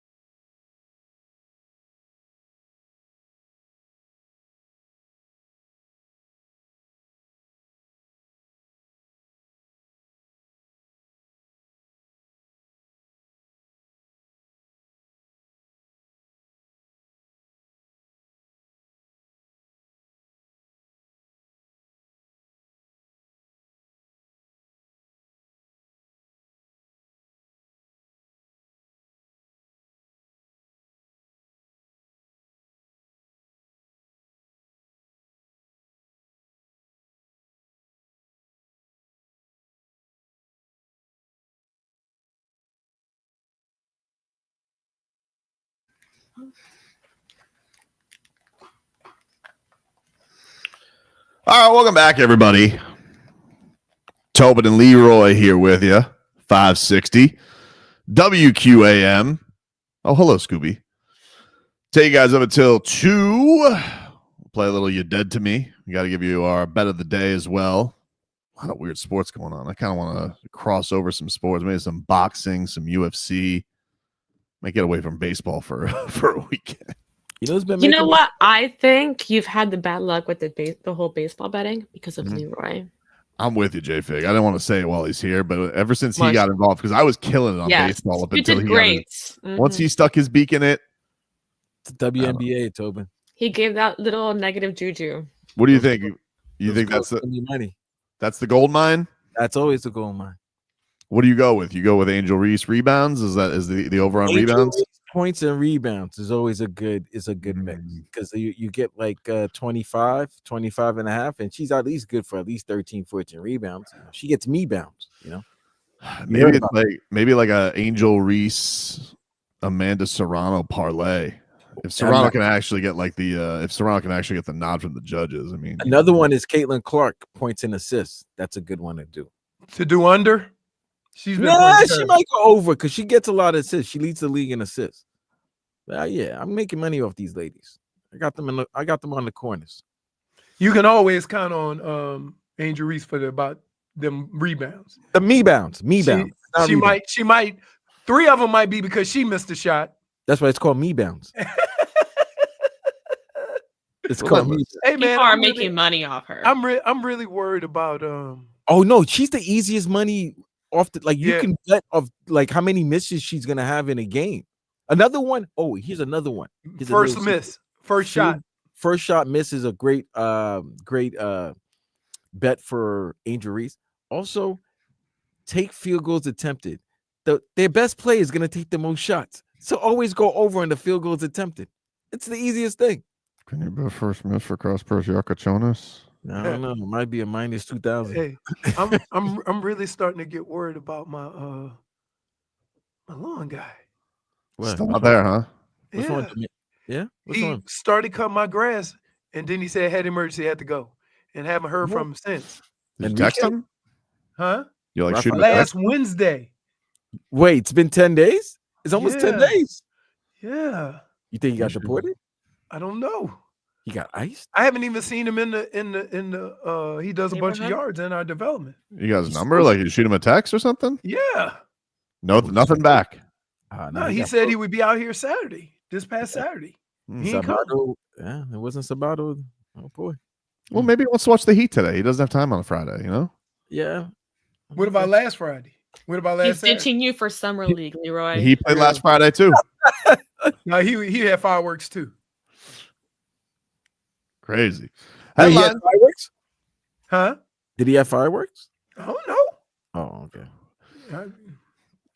Headlines are brought to you by Doral Kia. Doral Kia, choose from over 500 new Kia miles in inventory at the Sports, Sorrento, and Telluride. Remember, when it comes to Kia, the great deals are at Doral Kia. The Marlins, they get blanked yesterday by the Reds. They move on to a series with the Baltimore Orioles. They were at least getting hits even when they lost, right? That was a bummer. Edward Cabrera is on the hill, 7:05. They go 7:05, 4:05 tomorrow, and then 1:05 on Sunday. So this is the lone night game of the series for the Fish this weekend. Heat, they play at 4:30 against the Atlanta Hawks. Keyshawn Johnson, Pella Larson, Kalel Ware, all expected to play. Kaspers Yakachonis, should mention on him, he did bang his knee in the fourth last game, but he is good to go. So we'll see. He says, I didn't feel like myself in the previous games, but I think it's normal. It's a process. I'm happy to be here. Been working out, watching film. I'm just not in a rhythm. I'm trying to get back into a rhythm, trying to get back to being myself and execute as hard as I can, give 100% on the court. Even if I don't do it on offense, I try to give 100% on defense to try and help the team win. He has been playing intangibles. He has dove all over the place. I just think that, you come when you first get, like when I first got to the Browns, like you have to understand there's guys that have been going through the same camp for 2 or 3 years. So as far as knowing what to do, they looked very comfortable doing what they were doing because they had been in the same system for a couple of years. I get there, it's all new to me. So part of it is, and they tell you, if you don't know what you're doing, you can't be out there. And so what ends up happening is I'm so worried about doing the right thing that I'm not playing football. Right. And as time goes, that starts to kind of go away because then they start giving you stuff to make you comfortable. I don't know if they do that as much in summer league, right? Like, you get in the games and they know where your spots are. They know where your hot spots are. They know where you like to get the ball, and they might run some plays for you to get you comfortable. Summer league, they don't necessarily do that because they're still learning you too. So, like the one thing that you can take from it is dude plays hard. He Colt says, I'd rather scout future generations ahead of the time at Tony Fiorentino's summer camp. Watch Summer League. I'd love to watch a Summer League game with the coach. Right. And so he can eradicate all the pseudo experts out there. I love when he calls people pseudo experts who are dummies. Such a great line. Meanwhile, Randy Moss spoke to some reporters today. David Ferronis at the Sun Sentinel was at his new restaurant opening, and he said on his health that he's doing great. It took me 7 months to be able to recover. Apparently he is, said he's still going through treatments and checkups, and that's going to continue. He's going to travel with a chemo port for at least another couple months. And he says it's a hell of a ride. That's all I'll say. Basically, chemo just burns you from the inside out. Yeah, it's no joke, dude. It is definitely it's no joke. But glad to hear that he's doing well. Or doing a lot better. He seems like, just hearing him talk, he sounds much better. Yep. He also was asked about best receiver of all time, and he says, "Is that a real question?" He says, "Are you being political or are you being real? Because if we're political, we'll say Jerry Rice. If we're talking real football, where I'll knock your ass out, it's me." Yeah. I love that. Yeah. And if you ask Terrell Owens that, he'll say it's himself. Terrell Owens was not. I think Terrell Owens is closer to Jerry Rice than to Randy Moss. When you talk about speed, the ability to catch the ball, and all those things, right? That's Randy Moss. When you talk about a tactician, a well in shape guy who can run all day, guy who runs great routes, that's Jerry Rice. Keep in mind, San Francisco was known for the 3-step drop. So Shmita says Julio Jones is better than T.O. We ain't forgetting about, Fitz. Huh? Fitzgerald never gets his name mentioned. Fitzgerald, you know what? You know I know why? Because he played in the slot. He did a lot of stuff in the slot. And he's not he's a big boy though.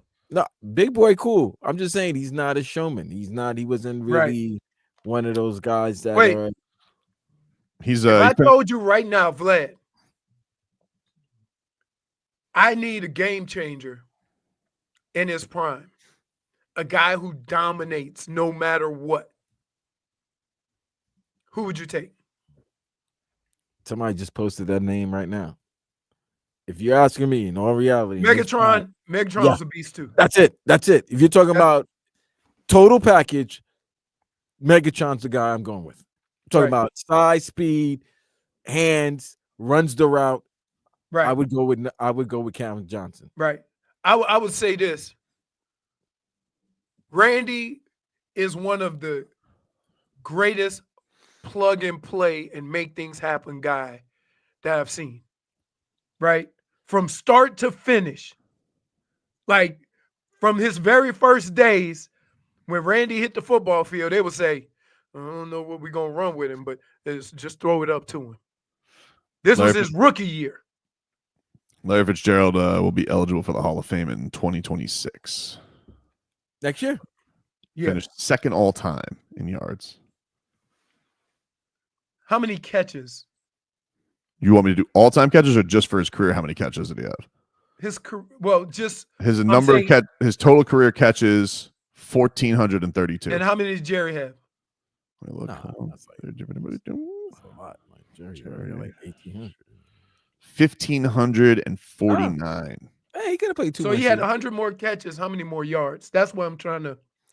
He had a lot more yards. Okay. The all-time list, Jerry Rice finished with 22,895. Larry Fitzgerald second, 17,492. Terrell Owens behind him, 15,934. Randy Moss fourth, 15,292. I would say I'm giving Fitz more because Fitz never played with great quarterbacks like some of those other guys played. right. Yeah. You got Yeah, Kurt Warner.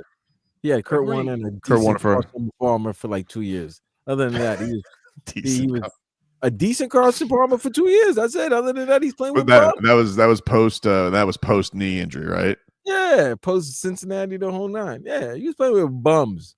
Bums. But yeah, you got a nice Bums. You got a nice collection of guys that there's probably 5 to 10 guys in that same like grouping that you would say, yeah, there's different people would say I'd take either one of them. But for me, seeing it firsthand, I'm taking Randy. He's good. He's good. He's not Lance Taylor. I ain't never seen there's nobody that I played against dominate a game like I saw Randy. What, that How about Thanksgiving Day? 3 Just- catches, 3 touchdowns? Dude, when he caught that hitch and outran the whole defense, we were just on the sideline going. You know who also had a great game that day and did probably more? Who? Some guy wearing number 44. Oh, It was a good day. Robert Still got Had a hurt. great game that day. If it was Yeah, that it was man for only Randy. did 3 catches. I told him. and I them 3 told him. touchdowns. I told him Everything after else the was game. Leroy. I told him after the game. I was like, "You only had 3 damn catches." Stole your turkey leg. Stole my turkey leg. You wanted that turkey leg too. I know. Yeah. Take a break. More to come here on the show. Play a little "You Dead to Me" to close things out today. We got to get a bet in. Back after this.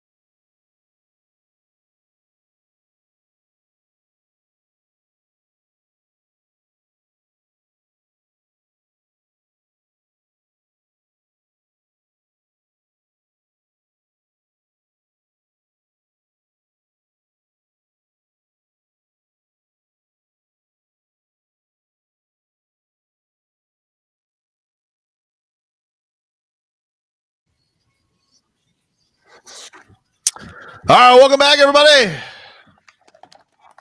Tobin and Leroy here with you, 560 WQAM. Take you guys up until 2 here on the program.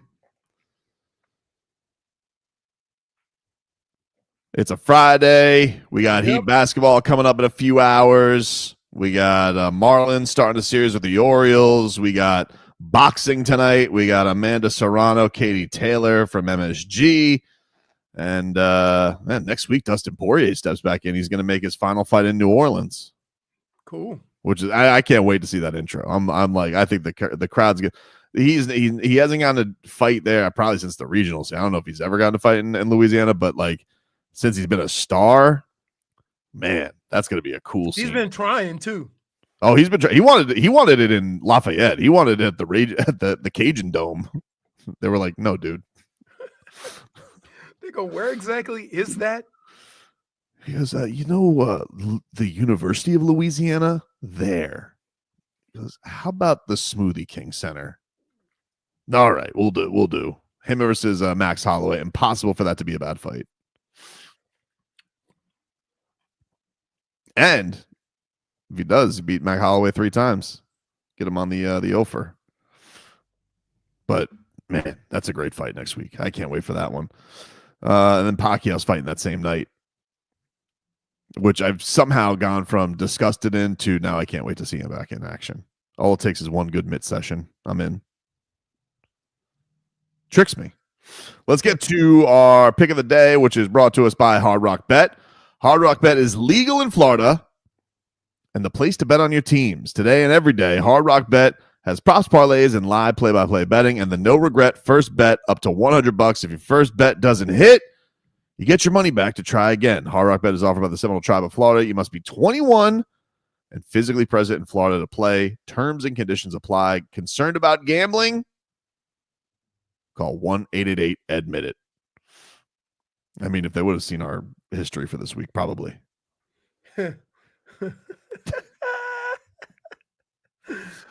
All right, so I want some action on the fight tonight, Leroy. I want some action on the fight tonight.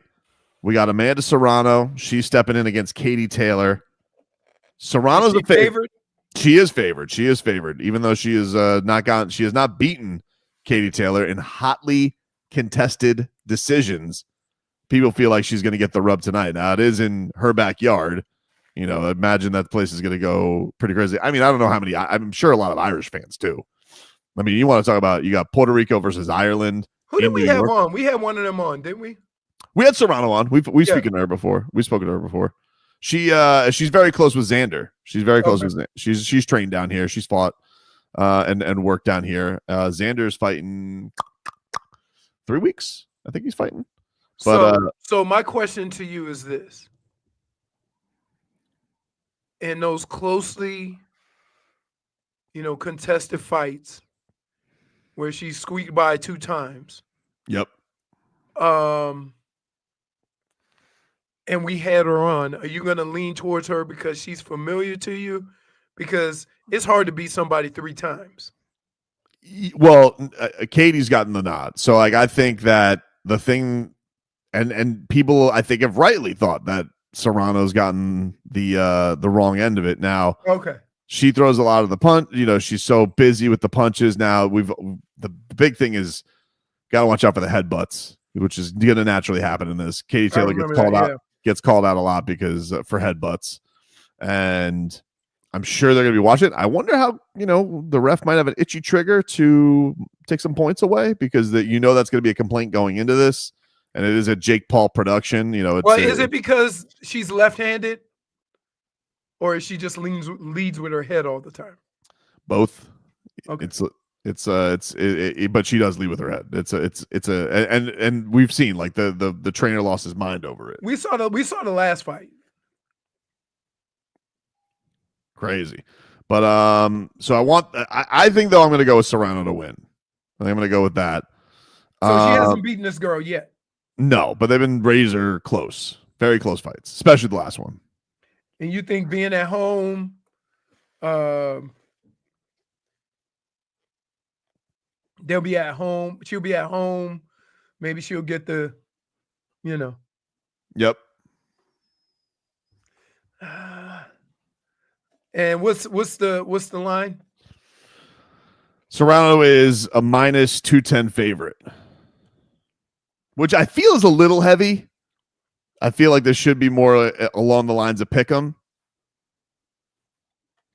but I think she's got this, so I'm going to go with her. I'm going to pick her to win. Should we bet on the Heat? You're at minus 210, so you're gonna have to do some work just to get it back to even. Oh, I know. The Heat are favorite today too. Oh my gosh, they're everybody's favorite today. Or do you not want to bet on Summer League? Why not? Everybody's playing today. The champs. We're the champs. Be supportive of your friend, Leroy. I am supporting him by trying to talk him out of stupid bets. Why is that stupid? Well, he's lost the last two. It's Summer League, dude. This is the real Summer League, though. I have won every one of my Summer League bets. Then go ahead. But here's the problem. If the Heat are favorite, Serrano's favorite, you ain't going to get no payback. I know. Right now we're only at plus 149. We need some more juice. Maybe we could go Serrano. I could maybe if I go Serrano by it's just going to be a decision. Well, let's not move it much. How about a knockout? That ain't happening. These girls are 130 pounds. Wait, when I say that, you get on me. Yeah, you do it for every 130-pound fight. There's some knockouts. I mean, in a way, he knocks out everybody. He's 122 pounds. Right. Probably the pound for pound, one of the best power punches going right now. Serrano by decision. Yeah, that's not going to do anything. Maybe gets this up. Knockout has to be the move. Yeah, but they're not going to knock each other out. Vlad's throwing our money away. Yeah, I'm just going to keep it at a win. I'm not going by method. What about we throw some UFC in there and we go with this Teixeira to knock out Derek Lewis? He's knocking out everybody. Or do you want? Or you can't bet against Derek Lewis?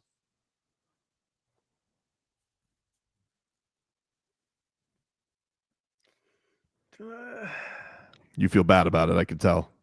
Yeah. I mean, if you want to throw Derek Lewis, go against the brother, huh?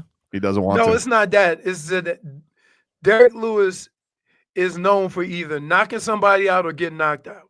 He's been in this spot before where they try and throw a gatekeeper in there, and he has won. Okay. Now, this guy's scary, though. This guy is scary. 6'8", but big tree fall hard. I mean, if he's a big tree, then Lewis is the stump. Because that's how he's built. He's actually he's 6'4". He just looks that way. He's a big fella. Fight Can to we go just bet on a knockout? Fight to not go the distance is minus 1,300. Oh my goodness. We're getting nothing. It's heavyweights. That's how they do it. We're getting nothing. Right. Man. What about the Marlins? Favorite also? Probably. Let's see. Marlins. Kind of want to get away from baseball a little bit. No, they might be a dog tonight. They're a dog, plus 120. I think you should jump on Cabrera's on the hill. Yeah. He's been playing well. Got the Stowers rematch game. All right, we'll throw them in there. So we got Marlins. Is there a prop of how many innings a pitcher can go? Because or how many outs? Because he's the only pitcher that's gone past 6 innings for the Marlins. Cabrera. Let me see his the last two starts. His over under is, if it's 18.5, I would jump on it. It's over. It's 5.5, but it's minus 120 to go over. Oh, yeah. really? Yeah. Slim pickings today. Slim pickings, man. It's gonna be a huge parlay we got to put together just to get anything juicy. Or Roy McIlroy. What? He'll be like plus 600 or 700. I bet on Roy McIlroy. Kick rocks. Okay. All right. Why are you ripping the Rory, man? You don't like Rory. I don't like him. Hasn't he been slumping? Has he been a fat cat ever since winning in the Masters? You mean the career Grand Slam, which only 6 other guys in the history of golf? Hasn't he been stinking up the joint since then? You can stick up the joint when you've won the career Grand Slam. 6 other guys in the history of golf have done it. Can you just answer the question? Has he been stinking up the joint since winning it? Hasn't. I don't think he's won one since winning the tournament. Because he's he's plus 600. So he's been fat catting it. He's plus 600 though. Yeah, he's been Tobin. He's in his home country. Isn't he Irish? Well, close enough. What? They play this, and then the Open Championship is at his home course at Royal Port Rush. All right, so Scottish Open, Rory McIlroy. All right, so if you want to go Rory McIlroy, Marlins, Amanda Serrano, and the Heat. I'm just taking the Heat out of there. Plus 2,000. Serrano, Marlins, Rory McIlroy. I gotta wait till Sunday for a payoff. That's no fun. We don't have a show, so all that counts. Fine. Weekend. Fine. Wait, now we got a guy who's questioning our segments. Have you listened to this show? We've been known to talk about nothing. It literally is the bet of the day, Schmieden. And it's like we're trying to figure out what to do. There's not a lot of action. Jesus. It's the point of the segment. Guys like the guy sitting here, he goes like, hey, come up with something every 30 seconds. I'm trying to figure it out, dude. We're trying to figure out how to make some money on this thing. Yeah. You rat bastard. Jesus. Trying to Big get Spin Tobin excited here. Well, you know, it is. It's slim pickings. Odds of you going to hell is minus 10,000. That's not 10,000, dude. It was 100,000. It was up quick. No, that's a million. Whoops. 10 million. Such a bastard. Oh man. Why is it such slim pickings? It's just that's how action works. I'm gonna have to look through this UFC card to find some more stuff. Boxing's, the thing is, UFC is so much more fun to bet on than boxing because everything in boxing is like a minus gazillion. You can't get any juice. Well, because like you might see an interesting fight, but the only fight you can bet is if you're going to bet underdogs. Well, it's either knockout or decision. And at least in the UFC, you could throw submission in there, and it's like, there could be a submission. And like somebody may throw up a submission, and that's like a plus 900. That's juicy. Makes me feel good. Pretty wild. All right, we'll take a break. Play a little You Dead to Me to close things out on the other side.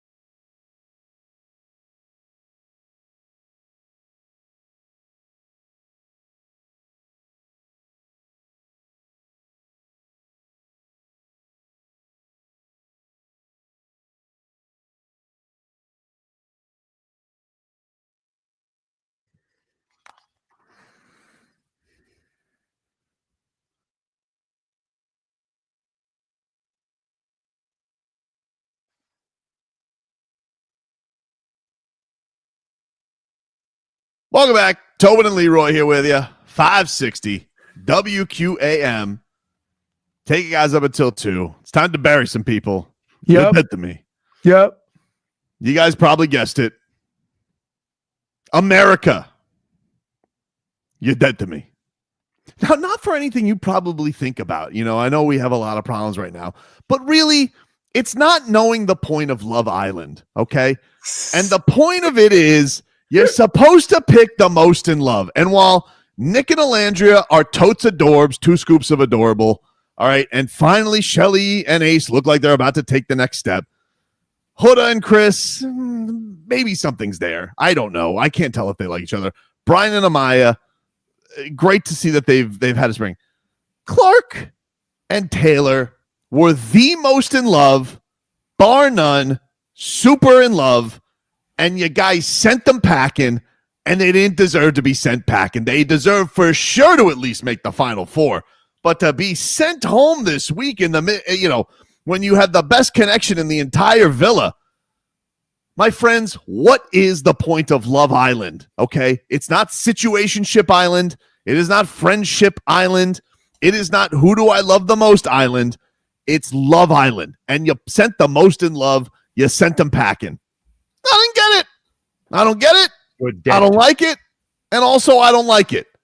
So, you're dead to me. I'm just saying, this is ridiculous. Karen says, I've been saying 2 scoops of adorable for a while, only to realize it came from Tobin. I need a break from this show.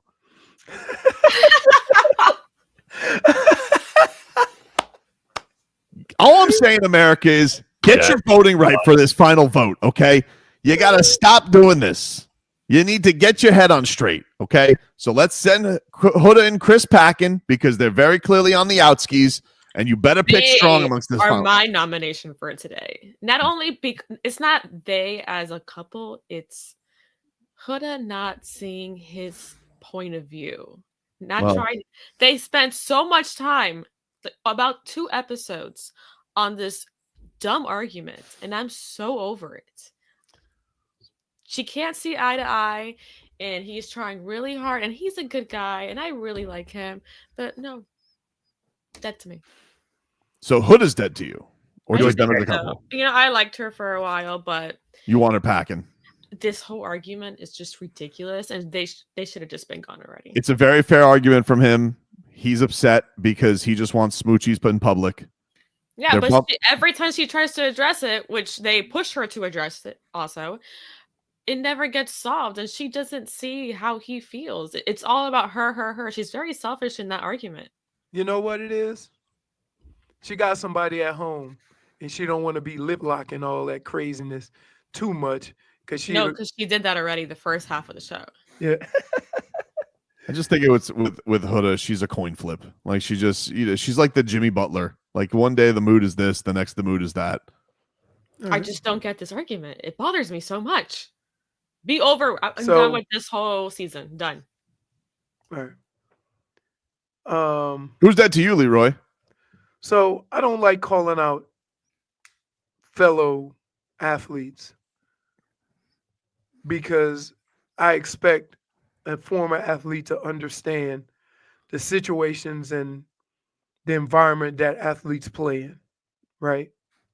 So I'm gonna go ahead on and say RG3's dead to me. Oh, because again, what do you do now?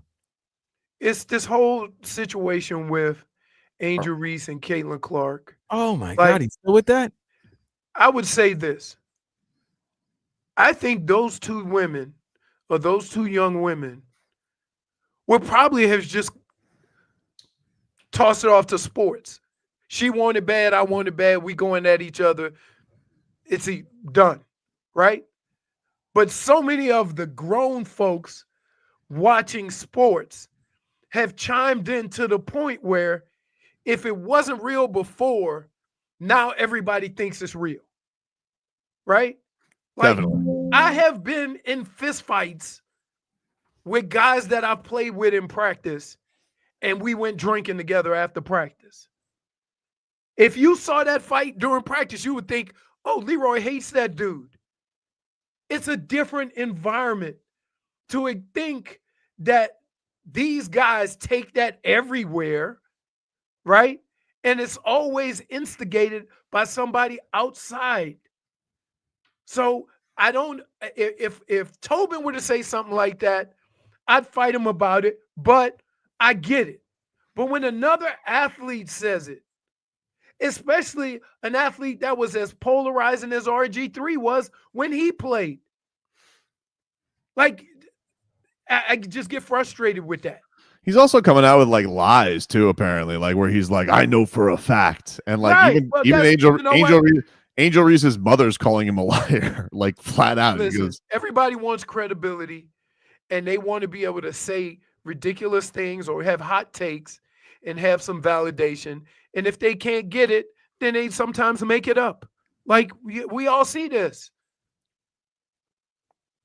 Who's that to you, Vlad? The Brits. Wow. Hey man, be careful. I'm getting ready to go over there. Yeah, enough of this. You're trying to watch a tennis match, and then all of a sudden you're hearing during a serve. Put your corks back in your champagne bottles, man. Stop. Stop popping the champagne bottles while people trying to serve. That's rude and annoying. I didn't even think the Brits did it like that. I thought like they were just drinking like. Oh, bro, if you watching it, man, if you watching this tournament, you watching Wimbledon, all of a sudden you're gonna hear the referee go, "Can we please have a moment of silence? Can we please refrain from popping your cork of your champagne after the game?" Really? What? You can't wait 10 seconds while I'm hitting a forehand and grunting for you to pop your champagne bottle? Just annoying. Yeah, there's so many stoppages. Well, we always end up watching tennis on mute because it's on in the studio. But I was unaware of this, Vlad. But I feel like this is a big thing. Usually, if you turn it on, you're gonna hear the ref or the umpire at least saying, silence, please, silence. Can we not pop champagne bottles while this player is on service? Please. It's like, really? Like such a strange thing. That's very strange. Who wants bubbly wine while watching tennis? Like, I feel like all this gonna make people thirsty. Why would you want that? That's not refreshing. They said it makes me pine Andre Champagne. Twist off caps. I don't know. It ain't Ace. I can tell you that.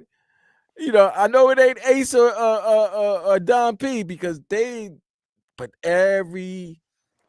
By the way, the tickets to that thing is to the center court expensive. Clearly, because they got the money to buy some of the best champagne, and they're just popping bottles as if they wanted a championship, man. Yeah, like that's just dead to me. Like you can't celebrate. Like wait for me to serve. That's like when somebody hit a ball in golf and somebody else light the candle. Yeah, like come on, grow up. Yeah. Wait. What? You are a light the candle guy. I've never been to a golf tournament other than Live when we've gone to it a couple of times, but we're never by the tee box, so I haven't gotten to go that route. And as much as they love Bare Knuckle, we have assembled our very first inaugural World Champion Summit before you all. Where, as you can see beside me and in front of me, some of the baddest men and women to ever grace planet Earth. This is what we're about here at Bare Knuckle Fighting Championship, the alien of combat sport. And may we rise above the night sky and rain down blows viciously on all our deniers. And announce here today that Bare Knuckle FC has no love for the big glove. So let's get going, Bare Knuckle. Let's go, Florida, and let's announce some incredible matchups, some shock signings, and the most lucrative tournament in all of combat sport, where we crown in an open weight the baddest man on the planet. Let's go give it up. Come on. Can you look like... You know how good the cocaine I am is? so rad authorship of this man. You know how good the cocaine is that you start rhyming? You don't normally rhyme. You don't normally rhyme. Like you just got your words. You start spitting bars like you My hover. man said skies and it was all like if you play that over again, he dropped four bars. You can't even repeat what he said because you don't. Yeah, I don't what even he know. said. He can't. No, he couldn't remember that. That's definitely a free. It's a coke style, not even a freestyle. It's a coke style. That's what he was spitting. 100%. And as much as they love Bare Knuckle, we have assembled our very first inaugural World Champion Summit before you all. Where, as you can see beside me and in front of me, some of the baddest men and women to ever grace planet Earth. This is what we're about here at Bare Knuckle Fighting Championship, the alien of combat sport. And may we rise above the night sky. Look at Dave Feldman, who we had on yesterday. When he looks at Conor right here and he goes, he's high as a kite, Yogi. You can see the trail of white on his nostrils right now. There's like a nose hair that was like that's just white right now. He's looking at him like, what did he just say? The night skies where we lay. He's spitting right now. He's spitting. Some of the baddest men and women to ever grace planet Earth. This is what we're about here at Bare Knuckle Fighting Championship, the alien of combat sport. And may we rise above the night sky and rain down blows viciously on all our deniers. Rain and down announce blows. here today that Bare Knuckle FC has no love for the big glove. So let's get. I mean, it's a good line. What? No love for the big love. Yo, did you see that? Now, when he said rain down all blows, did you see how he just changed his tone for the blows? It was as if he was like, am I about to out myself? Let me just continue going. Yeah, I was thinking the same thing too, Dr. Toboggan. He didn't say Earth, he said Earth. He said Earth, yeah. Alien. The alien of planet Earth. Like if he did that on a corner, somebody would arrest him and take him right to the hospital. Depends on what corner. Yeah, that's true. Depends on what corner and what street. They might just be like, that's just kind of being Conor. Taleo says, dude has the purest Coke in the world. Absolutely, man. I just picture like Scrooge McDuck, but it's all cocaine that he's diving into. Instead of money? Instead of money, it's just blow.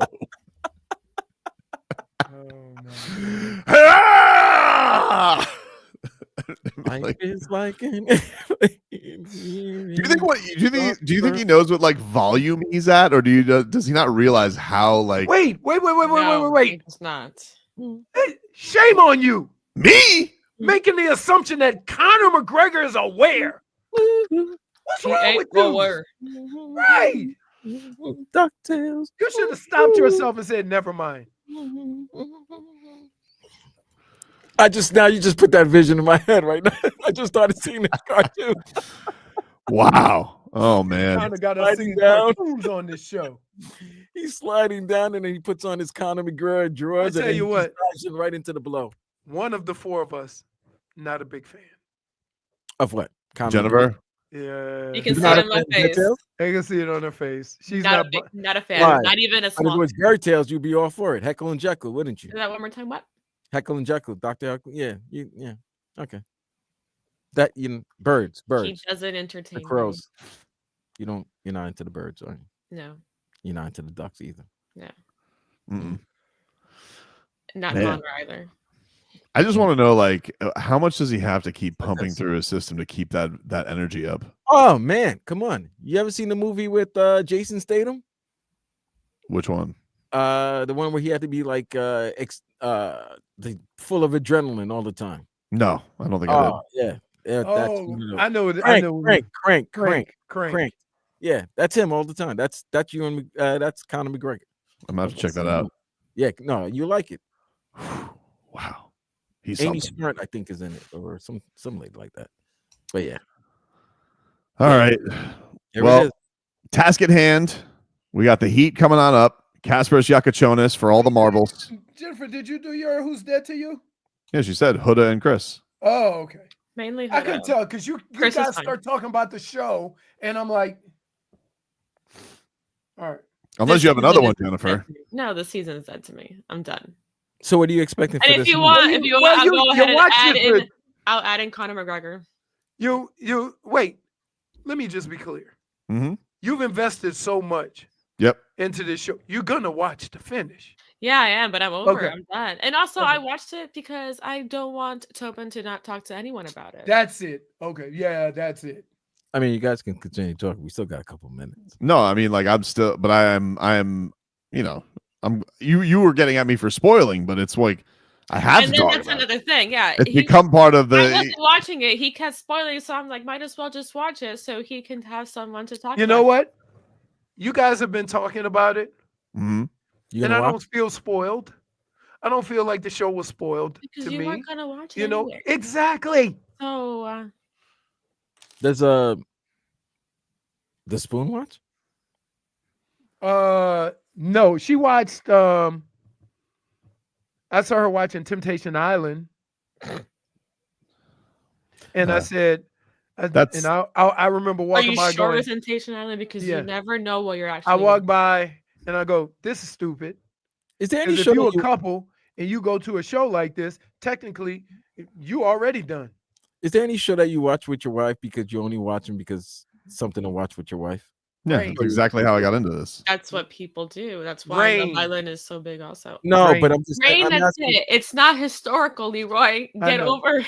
It's a good show. You could tell like guys are begrudgingly are watching these, and then they get into it, but it wasn't at first their plan or their mission to. So Love Island got you, Tobin. That's what happened. It was just something to watch. Well, with the Love Island has gotten a lot of people. Yeah, but see, this is the thing though. I wanted people to know I'm not a bandwagon Love Island fan. No, okay, you've been watching. Oh, you were I've there been- from the every beginning. year. I was watching Every Love country. Island. I was watching Love Island UK because for the while, like Love Island US couldn't hold a candle to UK. It was. It's the same. All the British shows are better than the UK show. Like I heard the British Office is better than the English Office. Well, I don't know, but don't it know about was, that.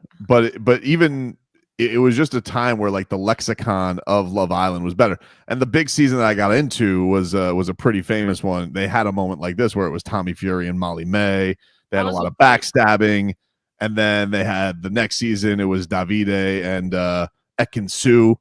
They were fiery, yeah, very exotic. But then this last season, last summer, Love Island USA, when they put Ariana Madix on from Vanderpump Rules, sent it to the stratosphere, and they've taken over. They've taken over. Now this is the most popular Love Island. I think Peacock helped too. Peacock needed a show like this. Do they have Love Island where they bring back like previous couples to try to see if they could like infiltrate a new couple? They've done that every once in a while. They've pulled that at Casa Amor, where they will bring in somebody who The Love House? Why, Yeah. why all of a sudden you become Antonio Banderas? Because I it's don't know called what- Casa Amor. Yeah, I don't know what you're referring to. I'm just referring to it its Casa name. Amor. You got to say Casa Amor. Amor. Yeah, that's how it's said. So every once in a while, they'll bring somebody back from Casa Amor to see and really test a relationship. Dude, Does he get you're tested? about as close to that language as I am to being a billy goat. I don't know what you're talking about. I'm just saying what it is. The So, beard is getting there. Oh, that's right. Yeah. yeah, it's no longer blue. It's no longer blue. Told you. Couple of weeks. It was like 3.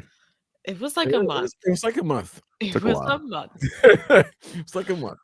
We close out today with Schmeeth and Schmolnick, who says Tobin is Antonio Lapbanderas. You're a real bastard, Schmeethan.